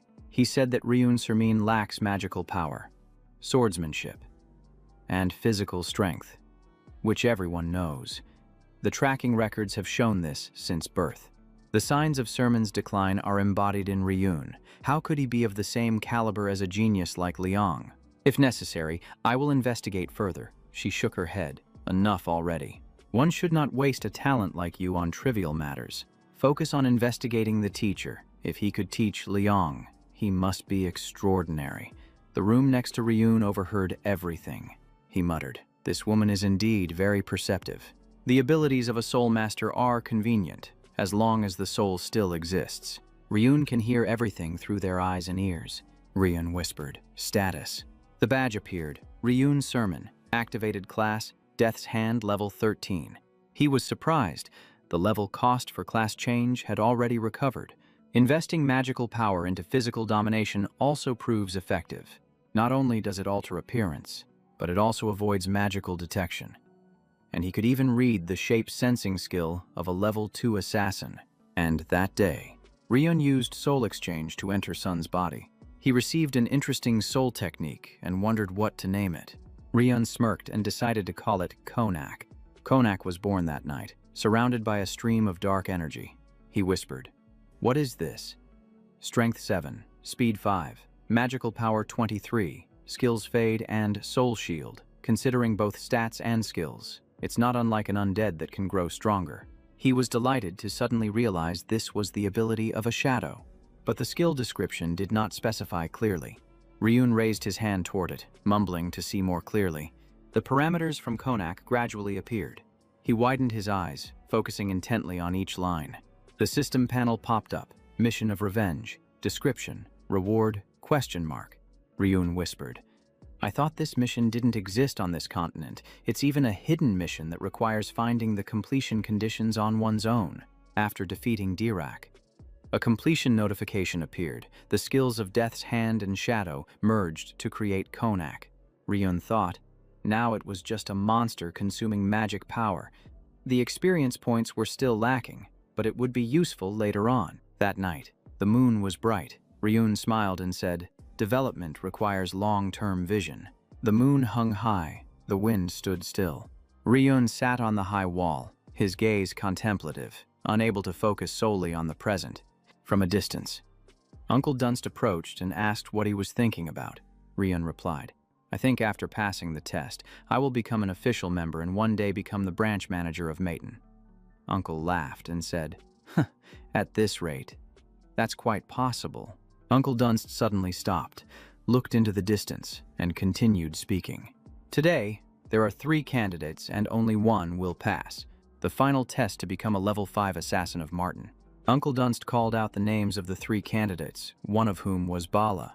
Lip stepped forward with a cold gaze and a serious demeanor. He continued, "As long as one person kills the target, they will become a member." Ryun stared intently, his eyes filled with determination. Uncle announced loudly, "The test begins now." Dunst closely observed every action during the test. He explained the rules, starting with the target information. The target's name is Orach, 47 years old, a merchant, always accompanied by 3 bodyguards. 2 of them are bronze-ranked warriors, and 1 is a silver-ranked mage. Bala spoke up. "I heard he just married a young mistress. He visits her room every night, and at that time, the bodyguards keep their distance." Dunst praised. "Just by hearing the name, you investigated that thoroughly, knowing even the habit of avoiding the bodyguards. Good job, but who can be sure he will go to his mistress's room tonight?" Hearing that, Ryun hesitated slightly and said, "About that," he continued. "Or are you?" The rookie. Planning to take out all 3 bodyguards, Bala hesitated. "Well, that," Dunst said. "That's why Martin sent someone to gather information. Now, it's the last turn." He called Lion, asking if he had any information. "Go ahead." Ryun sighed and replied, "Do I have to say it?" All 3 looked at him, waiting for his answer. But Ryun refused. "This is a test to select one person. I have no obligation to share information." Bala exploded. "We just shared." Lip grumbled. "Right. We are teammates," Ryun coldly said. "Teammates, I never learned that in training." Bala and Lip were surprised. "What?" Uncle Dunst agreed with him, saying, "That's right. This is a test. Use all your abilities to get through it. You must know how to apply what you have learned." He thought to himself, knowing when to give up or take advantage when necessary is the true killer instinct. The kid answered like a true professional. Dunst asked if the two had anything else to say, to which Bala and Lip quietly replied, "No." He signaled immediately. "Now you are free to assassinate the target." He watched Ryun, thinking to himself, "I am starting to have high hopes for him." He stood there, continuing, "Calling for the assassination of that girl." Saphir spoke up. "This mission mobilizes 4 rank 4 and 3 rank 3 operatives, limited to Phantom, with a deadline of 3 days. If successful, there will be an additional reward of 100 gold, but if you fail, we must accept Lion, granting him special training at the Phantom branch of Mayton." After hearing this, Uncle Dunst clicked his tongue. "This is insane." The soldiers scoffed. 3 days? That's ridiculous. Try to escape, and in 10 minutes, we'll drag you out." But when they returned from the mission, both Uncle and the soldiers were exhausted, reporting failure. That kid used traps and tricks that were quite formidable. She smiled and said, "A deal is a deal. Lion, from today, I will train you." Rian thought. Becoming an official assassin for Mayton is not easy, especially with a target chosen by the branch manager, the highest difficulty ever. Perhaps I am standing at the threshold of a new chapter in history. That night, the moon was bright, the wind was cold, and the sky was silent. Bala burst out of the building, shattering the glass. He thought, "I just broke both the alarm spell and the trap system, dodging the guards and sneaking in successfully. Now there are mercenaries as well." The guard shouted loudly, "There's an intruder. It ran that way. Don't let it escape," causing Lip to remain on watch. She thought, "Stupid Bala, but thanks to him, my job is easier. If he hadn't drawn attention, I would have had to create an opening myself." The target had survived many assassination attempts. Each time he had hidden away. The master bedroom, where both inside and outside were heavily guarded. A gruff voice rang out, "This is too much to bear." Kami Hector not only took a concubine, but now brought assassins along too. Auroch explained, "No, my love. The assassin is not my fault. This room has high security." Lip looked from above, thinking. The defenses are definitely stronger than before, and the number of hired soldiers has increased. The main bodyguard was lured away by Bala, leaving only 5 regular soldiers around. She was preparing to strike. I could attack head-on. Auroch shouted in panic, "What are you doing? It's very dangerous. Put that down." Lip bent down to assess the situation upon hearing that. Kami, trembling with a knife, said, "Brother, I tried to hold back. I remember the day you whispered that you loved me, but I can't let you take money from my family anymore." He quickly explained, "I just lack business capital." She angrily said, "You used my wife's family money to buy gifts for your mistress." With that, Kami acted, leaving Auroch no time to react. Lip witnessed everything, utterly shocked. She saw Auroch lose his life in an instant. The murder weapon was stained red with blood. Kami stammered, "What have I done?" Auroch collapsed to the ground with a deep wound. Kami stood frozen as a voice called from outside. "Ma'am, what's going on?" Lip thought quickly. The target is dead. So is the mission a success or a failure? She suddenly wondered, why hasn't Lion appeared yet? The space fell into silence once again. Lip returned to the gathering point, lowering her head to report, "Mission failed." She choked on her words. It was Auroch. He was killed by the first wife, not us. Ryun calmly turned to look at Uncle Duns. Lip found it strange and glanced at Ryun. Probing, she thought. Why did Lion appear before me? Did he arrive at the villa at the same time as us? Bala also returned, covered in injuries. Dunn said succinctly. Bala returned safely. Bala replied, "It was because the bodyguards were in disarray that I managed to escape. When they chased Pala, they ended up fighting each other, creating a path for him to run." He continued, "The test is over, but the assassination was not a failure." Duns announced shocking news. Lion has completed the mission. Everyone was stunned upon hearing this. One person asked, "Do you mean the mission was a success? Auroch was clearly killed by the first wife." Duns explained that it was thanks to Lion, which left the group even more confused. He looked at Ryun and pointed, saying, "It's Lion." Ryun used a technique to make Auroch's first wife take her own life. Duns continued. Bala in the car was stunned, and Lip was also frozen, staring into space. Duns reiterated that Lion had made Auroch's first wife act on her own.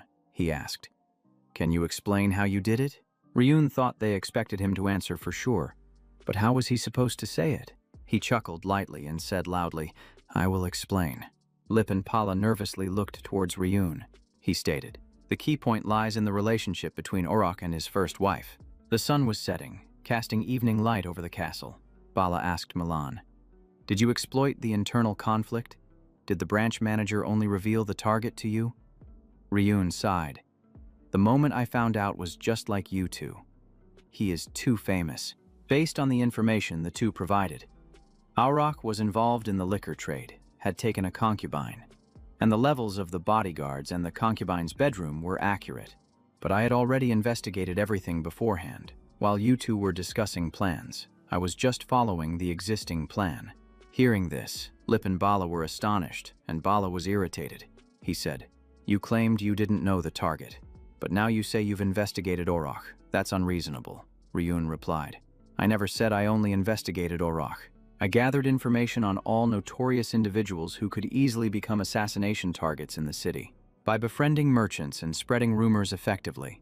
And since I completed 2 months of training in just 1 month, I used the remaining time to prepare for any potential targets." After hearing this, the two had to think that he had studied the entire book, not just the exam part. Ryun continued, "During my investigation, I discovered someone who hated Orok intensely. That was Ken Lee's first wife. I approached that woman who had been pushed to her limits, and subtly suggested that she should hire an assassin. Orok continuously took concubines, disregarding his first wife while using her household money for business. Kelly hated him so much that she wanted to take action. But honestly, she didn't want him dead. I told Kelly to hire more guards and increase security. Orok would be safe, only the concubine would be at risk. And when something happened, he would always run back to his first wife's room, the safest place. At that point, she just needed to blame the concubine and the lover. He would come to his senses and return to her. That woman, who drank all day, believed every word I said. If everything had just stopped there, she would have been satisfied.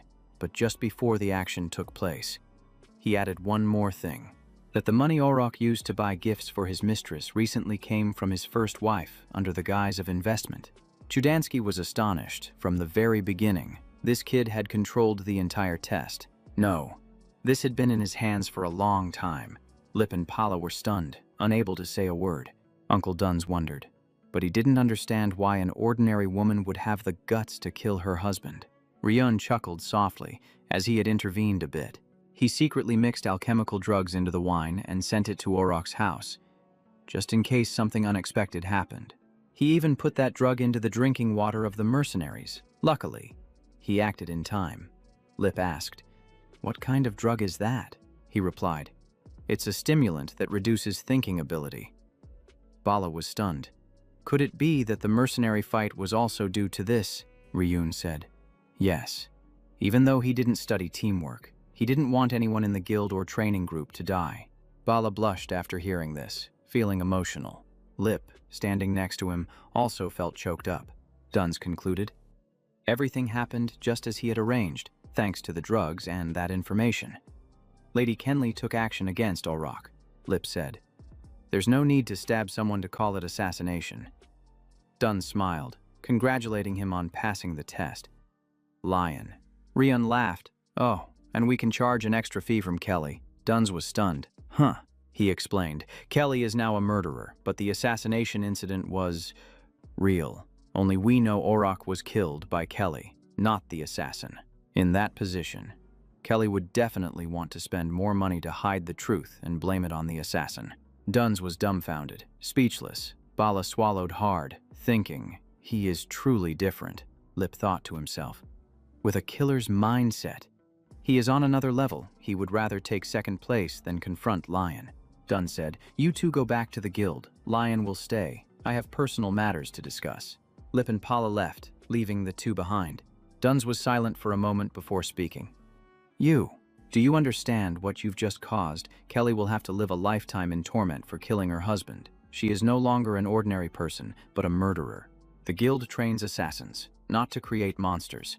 Ryun turned his back, laughing coldly, before knowing why Orok continuously married mistresses. "I also thought she was as normal as everyone else. All of Orok's mistresses were dealt with by Kelly. Orok also ran a casino, lent money at high interest, and dealt in flour, causing many people to suffer.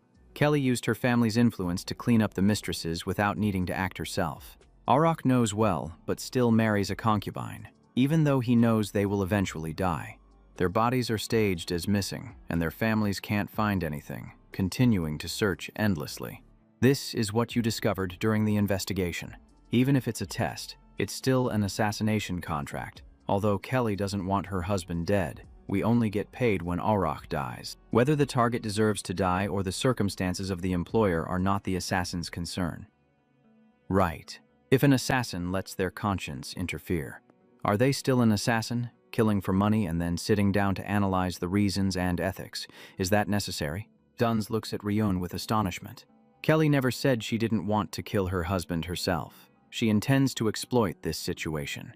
They must complete the contract in their own way, and even if she lives with guilt, she cannot separate the assassin from Auroch's death. Duns asks if an assassin doesn't need a conscience.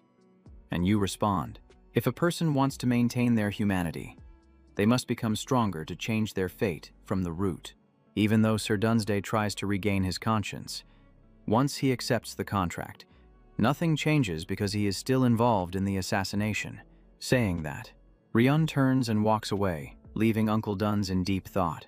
The next morning, in front of the guild's base, everyone stands at attention in neat uniforms. Saphir laughs loudly to congratulate, stating that from now on, Leon is a rank 5 assassin and a member of Gildemartin. The system appears to announce that the mission has been completed. Ryun's body is enveloped in a faint blue light.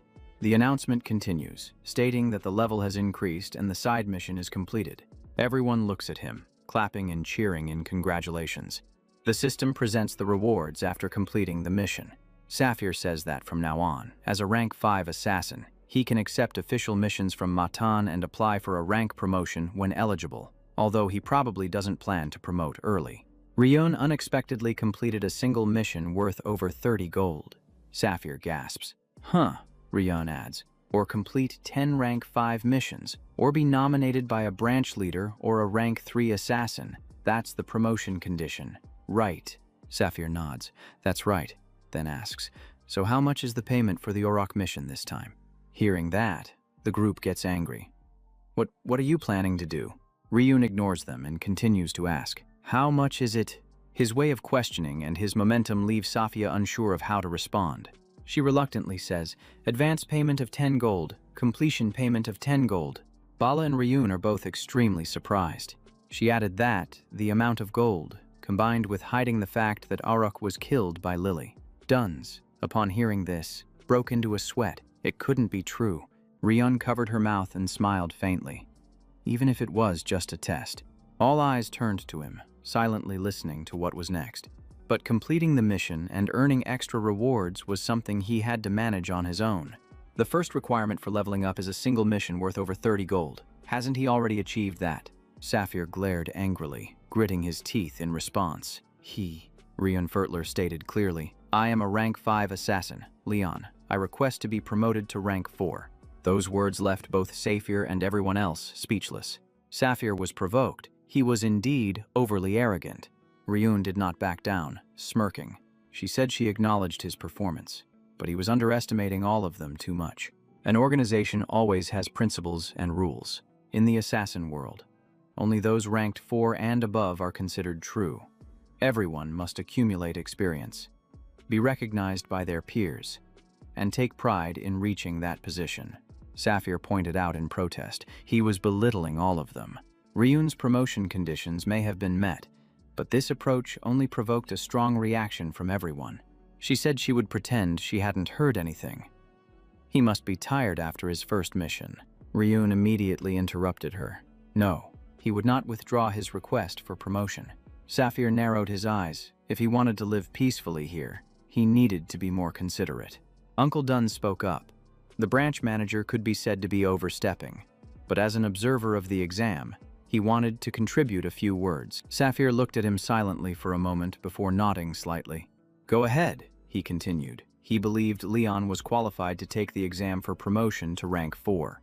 Not because he was arrogant, but because he had demonstrated the most important aspect of this exam. She asked back doubtfully, the important aspect.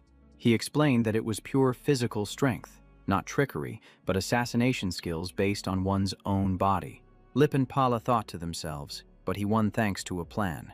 Dunn stated that the exam for rank 4 could not be passed without physical strength. This was an opportunity to see if Leon had the ability or to let him taste bitter defeat. People began to change their minds. It was true. During the guild chase, he also used many traps to escape. Sapphire, upon hearing this, covered his mouth and smiled faintly. Fine. She agreed to open the exam. Rank 4 is a challenge that even veteran assassins must risk their lives for. Sapphire asked with a dangerous smile. Are you ready? She and he tightened their grip. Ryun confidently replied, yes. As night fell, light spilled from the house. Dunn slammed his beer mug down on the table. Truly a person who makes others' hearts race. He looked at him across the dining table and said, you're being reckless. Bala chimed in. You must have a new target in mind to act like this, Lip added, and you must have a plan. Right. The rank 4 exam wouldn't be for at least 1 or 2 months. Iridiza brought out drinks. Duns asked, since you need to choose a target and a suitable mission. Do you want me to train you beforehand? Ryun replied, declining. He wanted to rest before the exam. Lip and Pala shouted.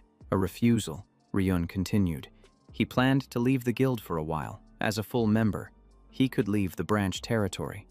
You're right. Duns nodded. That's right. Ryun said he would return before the exam, and news could be checked at the Meitan branch. Duns unexpectedly asked, so is that your plan, Leon? He wiped the milk around his mouth, smiling mysteriously. Tonight, the sky was full of stars and quiet. Inside, Duns raised his cup and said, just do what you want. Drink freely tonight. Laughter echoed from inside. They shouldn't force Leon to drink, Ryun thought. Moments of leisure like this would be hard to come by in the future. From rank 4 onward, he would receive missions continuously. No more freedom. If he wanted to be the branch leader, he would have even less time. Before diving in, he needed to take a trip. That night, Ryun donned his cloak, preparing for a new journey. He stood on a rocky outcrop, gazing at the meadow before him. He confirmed to himself that he had set foot in the land of darkness. In that deadly place, Ryun could not hide his excitement, his eyes filled with determination. In another direction, a group of horsemen galloped quickly. It seemed to be a squad escorting an important figure. Leading them was a young man with red hair, Colonel, riding a tall white horse. As the group moved straight ahead, the Colonel suddenly stopped. He saw someone sitting in the middle of the road in the distance. It was Ryun. He barked gruffly. What are you doing? Ryun calmly shifted. His left leg was in a wooden splint, looking like someone who had just been injured. He began to slowly remove the hood from his head. Connell was stunned when he clearly saw his face. It was Ryun, transformed into a pitiful child with red eyes, choking back tears. I twisted my ankle. Can you give me a ride to the village ahead? I'm so tired. I can't walk anymore. If it gets dark, I'll be in danger. So I'm sitting here, hoping someone will help. The young man, upon hearing this, scratched his head in frustration and cursed. What a brat! Then he shouted, do you want to die? How dare you block a noble's carriage if we have an urgent mission? You're done for. Ryun smiled gently. After a moment, he continued to act innocent, looking up and asking, since your voice is so calm, you must not be in a hurry. Right. He reasoned that if he were on official business, the man would have chosen the main road, not this one. What a brat, he thought.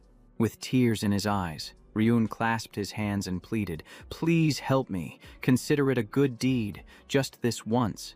The man could only remain silent. Even the horse turned its head in helplessness. Suddenly, the carriage behind them turned on its lights.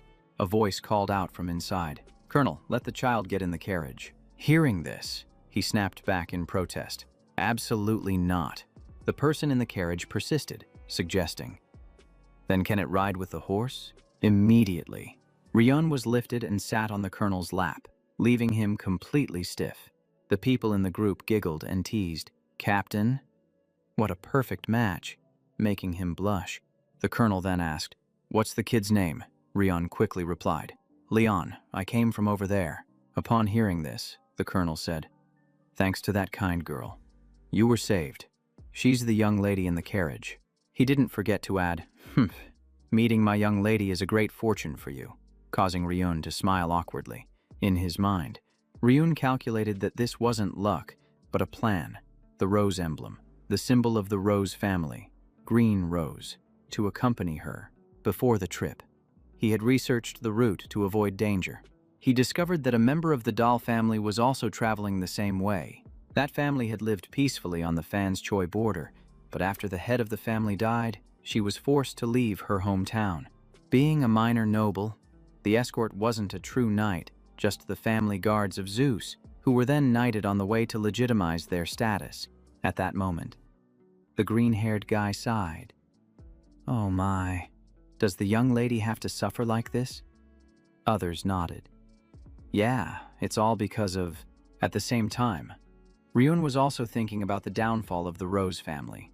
The green-haired guy frowned and exclaimed, "It's all caused by the Sermon family."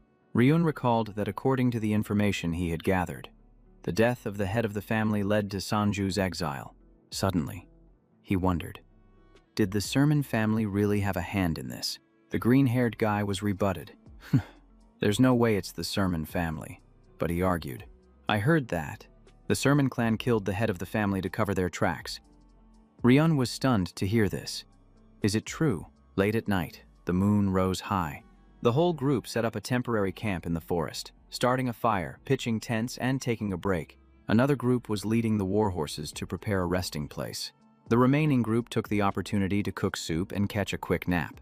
Ryun also leaned against a rock by the roadside, relaxing for a bit.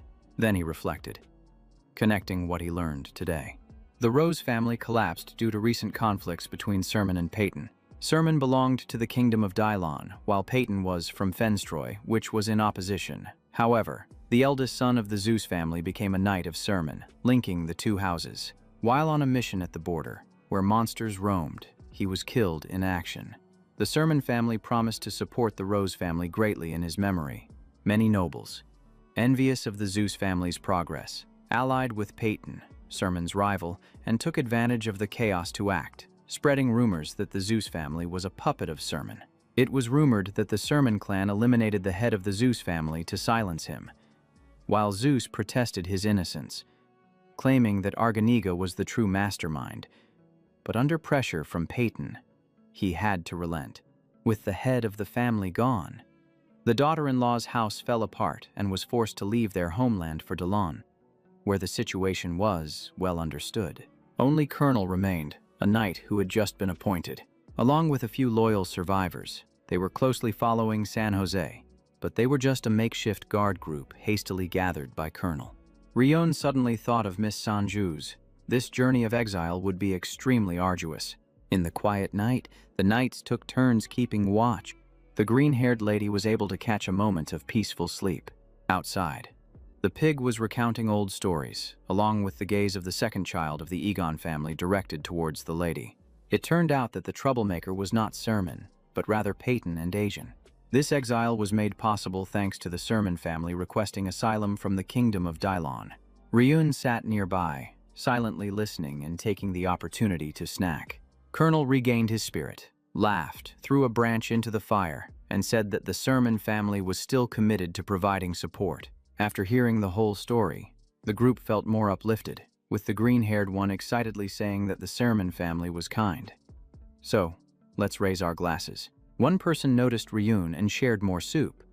Asking the little one if he wanted more soup, he nodded immediately. Yes, sir. And that person inquired further. You must be bored since this doesn't concern you. Right, Ryun just smiled and replied that it was very interesting, while in his heart, he thought he was more involved than they were. Then Ryun gently expressed his concern. But is it okay like this? Going into exile and bringing along a child like me? While also hearing all this, the knight paused and seemed a bit annoyed, as if he thought Ryun was calculating the whole situation to ask for help, causing Ryun to flinch and avoid. Another person quickly spoke up to ease the tension, saying it was fine, thanks to a little sharing. Colonel was feeling more at ease now. The green-haired girl interjected. After all, the one suffering the most was still the green-haired Lady Rose. Ryun nodded slightly. That's right, the focus is still on Sanju. The colonel and the group of knights probably hadn't realized the severity of the situation due to their inexperience. Ryun closed his eyes, thinking about the future and the dangers approaching. Then he remembered the sinister faces of Peyton and Aedion, since they had teamed up. They surely wouldn't stop at just killing the head of the Zeus family, especially the second child of the Aegean family. Not even 20 years old yet, and already involved in 3 assassination contracts from those wanting to deal with him. He truly was a terrible person. But I turned them all down because it wasn't worth it. That alone was enough to show he specialized in bullying the weak. I've heard that he is always on guard, making it very difficult to take action against him. Ryun shuddered at the thought of what would happen if such a person targeted a young lady. This was no time to sit around leisurely in the camp anymore. Suddenly, Ryun sensed a figure lurking on the distant cliff. He rushed to check another position for a clearer view. This time, the feeling was stronger. There was indeed someone following him. He hesitated, wondering whether to take action or not, but they had likely already sent all the information back to their mastermind. It would be better to set a trap to slow down their pursuit. A little while later, when he returned, the whole group looked at Ryun in surprise. "Hey, kid. Why is your hair all muddy?" He forced a smile. "Oh, I just slipped and fell." The knights didn't suspect anything. They just advised him to rest if he was injured. Then everyone left, unaware that he was hiding a dimensional tool. He had dug several holes along the way. Calculating carefully, he had set enough traps to slow them down. And he had gathered all the information he needed. So he would probably just accompany them to the next village. Consider it a repayment for the soup. He felt at ease to sleep. When the sun rose high the next morning, the group continued their journey, and Ryun said goodbye to the knights. "Thank you all for letting me hitch a ride here," the leader asked. "Are you heading to the Dasong village?" "Why go near the dark region?" Ryun confidently replied. "It may look like that, but I also do small trading. I buy monster materials in Dasong and sell them on the other side," the bald man said. "The paths are different now. I guess we have to part ways." Suddenly, the leader handed Ryun a small vial. "Ah, this. Drink it before sunset. The lady instructed me to give it to you." He asked in surprise. "Lady, is this really a gift for me?" Through the carriage window, the green-haired Zeus smiled and waved goodbye to Ryun. The colonel scratched his head awkwardly and continued. "The lady also sent a message, thanking you for giving us a bit of peace." Ryun was wide-eyed in disbelief after hearing that, but then he understood. It was time to say goodbye. "Thank you. I'm really leaving now," the colonel replied. "If you need help, find us in Dylan." "Oh, never mind. Even if you need it, don't come." The bald man laughed. "The captain only said that, but he is very kind. Even without the lady's orders, he would still help you. He is just a bit cold." The colonel heard this and shouted, "What are you still doing there? Hurry up and go." Ryun quietly watched as everyone drifted away. He looked down, staring intently at the small vial in his hand. Then he opened the bottle cap. He drank it in one go without hesitation. Only a few drops fell to the ground. Suddenly, a loud explosion echoed in the distance, smoke billowing up. Many hooves rushed towards him. It was a large army, completely masked, running past Ryun, leaving him unable to comprehend what was happening. He quickly analyzed. There were 6 pursuers, plus 2 mercenaries, 2 novice swordsmen, each muscular, and a troublesome mage. He glanced at the one with a prominent aura, the other masked. Surely a noble. It was the second son of the Egon family, Ruta Aegon, who was currently smiling triumphantly. The two brushed past each other in an instant. Their gazes met, as if they understood each other well, and each immediately calculated their own plans. Ryun quickly glanced, memorizing each member of that group. Watching them drift away, the atmosphere around him fell silent once more. No more noise. He silently assessed. The pursuers were stronger than he thought. Those traps probably weren't enough. Perhaps he still hadn't paid off the debt from earlier. On top of that, he had also used that vial. Looking at the empty bottle, he was stunned. This was a high-grade recovery potion, at least 20 silver per vial. Ryun forced a smile. He told himself. Something so precious was entrusted to a kid he had only met for one night. The lady was truly extraordinarily generous. In reality, The Zeus family had no way out. Those people would capture San Zeus and finish off the remaining ones. What he did might slightly exceed the value of a bowl of soup, but counting the potion, it could be considered a deposit. If they catch up to the carriage, there would be more deaths, so I need you to help me with something. After that, he activated his magic and summoned a mysterious creature to appear. The creature had just taken shape, and the magical light had not yet faded. He immediately commanded it. The first task was to eliminate him. Meanwhile, the group of knights had moved away a short distance. But then, the sound of hooves from behind grew increasingly urgent. Cornell immediately became alert, sensing something was off. He shouted loudly, urging the horse to go faster, while the knights were still in a daze. Cornell turned his head, reining his horse close to the carriage, quickly telling Miss Rose to endure, not to worry. The blue-haired knight asked, "Captain, why the sudden rush?" Before the question could finish, Colonel's expression changed, shouting, "The pursuers are getting closer. Those with mana are right behind us." Colonel pointed ahead, shouting, "The border is right in front. Run fast." He called out, "Chaku, Gain, if we get caught, you two take Miss Rose across the border immediately. As long as we get to the border, even Aegon won't dare to act against Dylon's army." The entire group immediately accelerated at Colonel's command. He charged ahead, preparing for battle. Chaku, the blue-haired knight, was still unwilling, while Gain gritted his teeth and nodded, promising to meet at the border. Colonel lightly tightened his face, then sighed softly. Then he turned his head, pushing aside his fear, ready for a decisive battle. "I am the Knight Zeus. The Aegons are not worth fearing." The scene changed. The pursuing group from Aegon was still racing ahead. Ruta suddenly halted, his eyes flashing. A sword swept across the ground, blocking the way. A decisive voice rang out, "Stop!" Colonel remained undaunted, shouting, "Who are you? Daring to chase after Rose's carriage, get lost. If you don't back down, I will behead each one of you." Ruta laughed in delight. The soldiers behind him showed no signs of fear. He smirked and asked back, "Behead, huh? Do you think being called a knight means you can do whatever you want?" The man raised his hand, removing his hood. His face became clear, leaving Colonel stunned, stammering. Ruta Aegon, a swordsman behind, panicked. "Young master, don't reveal yourself." Ruta laughed. "Sooner or later, I will have to kill them all, except for one." He smiled sinisterly, his voice cold. "Capture her before they reach the border." The subordinates received the order without delay and charged forward on horseback. The colonel hesitated, immediately drawing his sword and taking a defensive stance. It wouldn't be that easy, but as he swung his sword, the colonel felt as if he was striking at an illusion, the blade passing through the enemy without any force. Among them was a mage, at least of level 2. The colonel choked, spitting blood, and collapsed. On the other side, Ruta laughed loudly, saying, "Don't worry, my knight will take care of everything." The colonel coughed violently as a figure slowly approached, standing in front of him. It was a familiar face. Ruta said coldly, "This is your grave." The colonel couldn't believe his eyes, staggering to his feet and shouting, "Why is it the former captain of Rose?" Ruta interrupted immediately. "For money, of course. The House of Zeus has fallen, and I don't want to starve. Consider it a game. Let's cooperate a bit." With that, the troops immediately surged forward. Two people who once fought on the same side were now pointing swords at each other.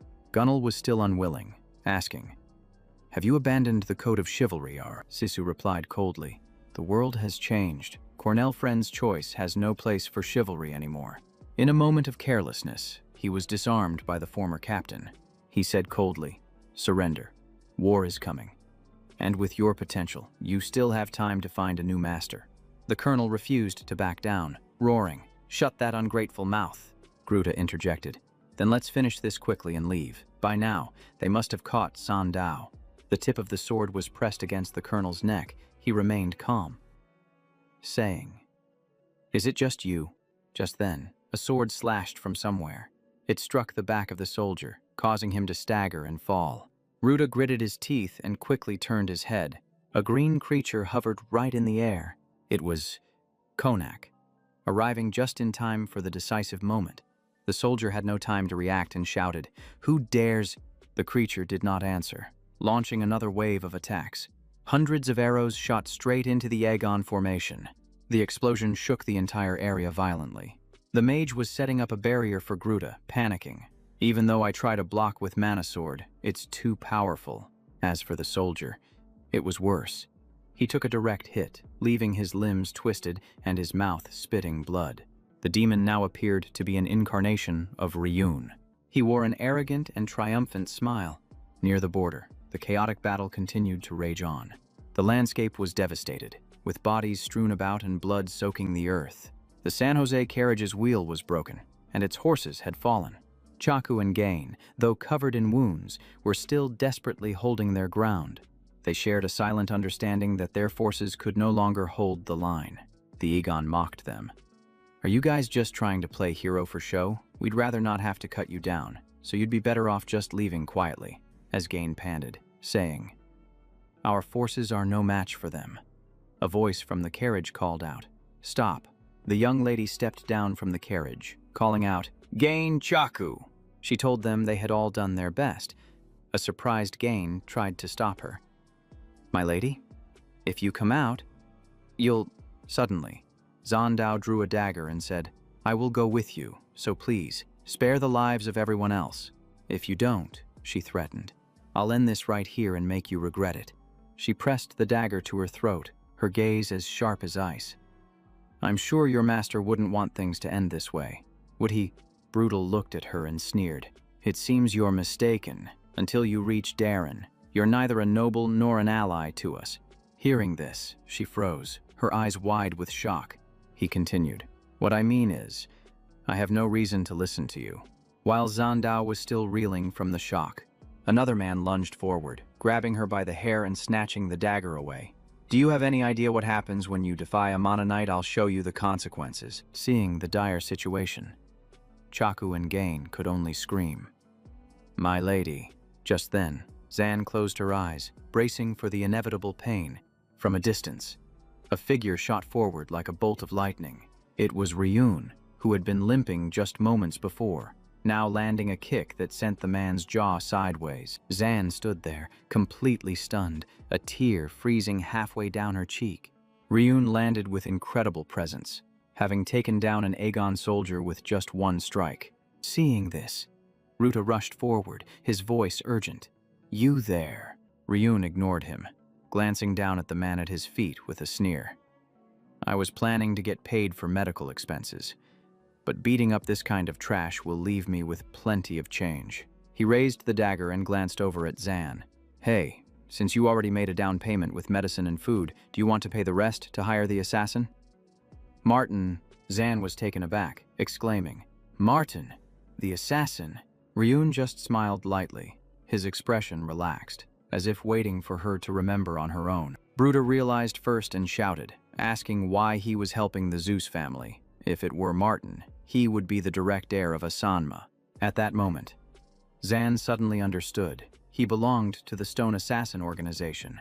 She immediately seized the opportunity, speaking quickly. "I will pay 30 gold. Ryun grinned wickedly. Quick reaction, but he replied directly, "That's too little. 30 gold is only enough to kill that knight." Zan was stunned. Ryun continued, wanting to deal with the former captain of the Zeus family right away. Plus a level 3 mage, this amount is far too low. Bruta's face turned pale, sweating. He hissed, "You bastard." Ryun coldly stated, "You'd better answer quickly. If the contract isn't settled, I won't stay." Zan was in turmoil, remembering the one who had protected him. If this guy escapes, the exile plan would fall apart. There was no turning back now. She thought of the family flag, her hand tightening, if it meant saving the Rose family. Then, she trembled but resolutely made her decision. All of it. Biting her lip, she braced herself as if swearing to live or die. Then she shouted loudly, "Everything you want, please, I beg you." Ryun laughed joyfully, gripping his hood. Then he pulled it down to reveal a fiery expression. "I accept." Yuta looked down. This guy is an assassin and dares to show his face. With one hand holding a dagger, Ryun attacked while responding. Assassins shouldn't reveal themselves. That's just the thinking of the weak. True assassins never make mistakes. After saying that, he shot forward like an arrow. In the blink of an eye, Only a green flash was seen slicing through the air. The landing point was just a spray of blood, so fast that there was no time to see. He stabbed the dagger straight into Bruta, not giving the old man a chance to react. Rion continued, "So even if I reveal myself, I still hold my head high." Everyone was stunned by the chillingly neat finishing move. Zan looked at that boy, thinking to himself, "My first contract with William Martin. The price was the entire Zeus family." Rion smirked. "I need to establish my name." Bruta sprang up, shouting, "Don't talk nonsense. Do you think we, the swordsmen, can be easily taken down?" Then he burst into mocking laughter. Rion frowned. Just then, from behind him, a swordsman charged forward, swinging his sword. Die. The wind howled fiercely above, swirling the air around the battlefield. Ryun dodged the attack so quickly that his figure blurred in midair. He landed safely, while the other managed to regain his footing. He turned to scold Bruta, asking how long he planned to stay down. He reminded him tensely that their opponent was the assassin Martin from the Etsan clan, and they could not afford to be careless. Bruta regained his composure and coordinated with his teammate, growling that the request from the clan was a mistake, using the sword technique of position swapping that their brothers were proud of. He cast a cold glance, stating that he would make the opponent regret it, and both charged forward simultaneously. Ryun smiled slightly, letting out a mocking remark. "Oh, really?" He activated his body, accelerated, and charged straight at the two in front of him. His kick was quick and decisive, completely disrupting their formation. They were thrown into chaos, mumbling, "Is the clone technique a magic skill? But why can't I feel any mana?" The leader attempted to counterattack, shouting, "Aha!" But Bruta shouted to stop him, saying not to attack recklessly and to coordinate at the right moment. They couldn't distinguish the real body among the illusions. Ryun smirked, saying, "You're too late." He appeared right in front of Sermon, causing him to look around in confusion. Brutal headland. Is the clone technique a magic skill? He was filled with doubt, wondering why he couldn't sense the flow of mana. At that moment, Ryun had already glided behind him. Sermon panicked and swung his sword wildly. Forcing Ryun to momentarily retreat, Bruta shouted, "Stop attacking recklessly and coordinate the counterattacks." Ryun slid in front of Bruta and softly said, "It's too late because I've activated the skill to weaken your physical senses." A stream of green mana swept through his eyes and nose, causing Bruta to grit his teeth. "Is this a curse skill? Do you also possess the abilities of a soul master?" A sound erupted along with a choked cry amidst the swirling dust. In just a few exchanges, both had collapsed, unable to continue fighting. Ryun waved his hand, dust swirling in the wind, telling them to contain the pain of the wronged souls from the Zos clan. The sun gradually set, casting a golden glow across the mountainside. Their bodies were covered with red cloth and placed on horses. Heavy footsteps left long traces after the intense battle. Kenyu appeared, his body exhausted but still wearing a gentle smile. "Miss." Zan burst into tears of joy, asking if everyone was hurt. Hearing the call, Zan turned around. "Camille." She held his hand with deep emotion. "He really is okay." What a relief. Ryun just smiled lightly, his gaze unreadable. Kenyu looked over at Gazan and Chaku. "Are you both all right?" Chaku was stunned. "Could it be that you defeated those pursuers?" Kenyu frowned and scolded. "Do I look that miserable?" Both of them panicked and waved their hands. "No, I meant..." He leaned to reveal Konak behind him. "We received support from a mage." He was excited, killing the traitor and the mage, and capturing that Garuda too. Zan watched the scene and asked softly, "Could it all be thanks to..." Ryun lowered his eyes to the glowing formation beneath his hand. He raised his hand to activate it, and the formation burst into bright blue light. Konak vanished, while Gruta, losing his magical power, collapsed to the ground motionless. Kenyu turned to him and immediately recognized. "Huh, you are Leon. Right. Why are you here?" She chuckled lightly. "That kid claims to be Meitan's assassin." Hearing that, he was startled. Meitan. He sighed, recalling the scene of the mage collapsing. Indeed, it truly serves that mage right to be defeated so humiliatingly. Ruta, battered and bruised, paused upon hearing that and exclaimed, "Meitan." He joyfully pleaded, "If you spare me, I will pay back double the amount they promised. No, triple." Then he turned to Zan and grumbled, "You crafty green-haired one. But the rule of the stone rule is to only accept gold, not people." Right. Ryun felt annoyed listening to his rambling. His hand twitched slightly. Too noisy. A flash of a blade swept through, and Garuda was taken down in an instant. He barely let out a cry before helplessly falling down. Ryun brushed off the mana still clinging to his hand and looked at the two. "Just handing over the money. How dare you treat me like a lowly assassin?" He stepped in front of Zan and gestured. "Miss Green Hair. Do you remember what reward you promised Maiden never lets go of those who break their word?" Ryun emphasized with a slight threatening gesture. "Surely you understand how an assassin operates by now." "Right." She trembled from the aura he exuded. Of course. But Ryun suddenly changed his mind. "Oh, I won't ask for it right now. I understand the situation of the Zeus family, but..." Zan began to sweat as it trickled down her neck. Ryun smiled. "If you send a payment request of 30 gold to Meitan, I would appreciate the rest as a verbal agreement." She nodded immediately. "Oh, all right." Ryun turned away. Now it's time to stabilize his mind and continue the journey. This pile of corpses. Meitan will handle later. Just claim they were attacked by robbers, and that will be fine. Gazan and Chaku looked at him with grateful eyes after those words. Both smiled while Kenyu nodded, handling things quite neatly. He thought for a moment and then spoke. "Lion plus Ryun." Ryun heard his name and turned around. He snapped his fingers, and mana lifted his body into the air. Then he disappeared before their astonished eyes. Chaku exclaimed at the sight. "He vanished, didn't he?" Looking at the lingering mana, Kenyu whispered, "A Matan assassin. Huh." He waved his hand, softly saying that might not be the whole truth, and upon hearing that, Zan perked up. He analyzed. Lion claimed to be an assassin, but the Luandis he summoned was not an ordinary type. Kenyu recalled the creature and its compressed magical power. The explosion during that attack was indeed extremely powerful. He remembered Ryun's eyes, that being even knew how to respond, albeit briefly. The expression of interest and a hint of madness from that creature flashed in his mind. Kenyu continued. Moreover, he even reduced both the soldiers and the mages. His voice slowed, almost blending into the sound of the wind. Zan stepped back in fear as he recounted the story. Excitement gradually appeared on Kenyu's face. The one who could control undead of that level. A name shone in his mind. It must be the legendary soul summoner, Veda. That face was now just a skeleton, with thick mana pouring from its eyes and mouth like his mark or that of his apprentice.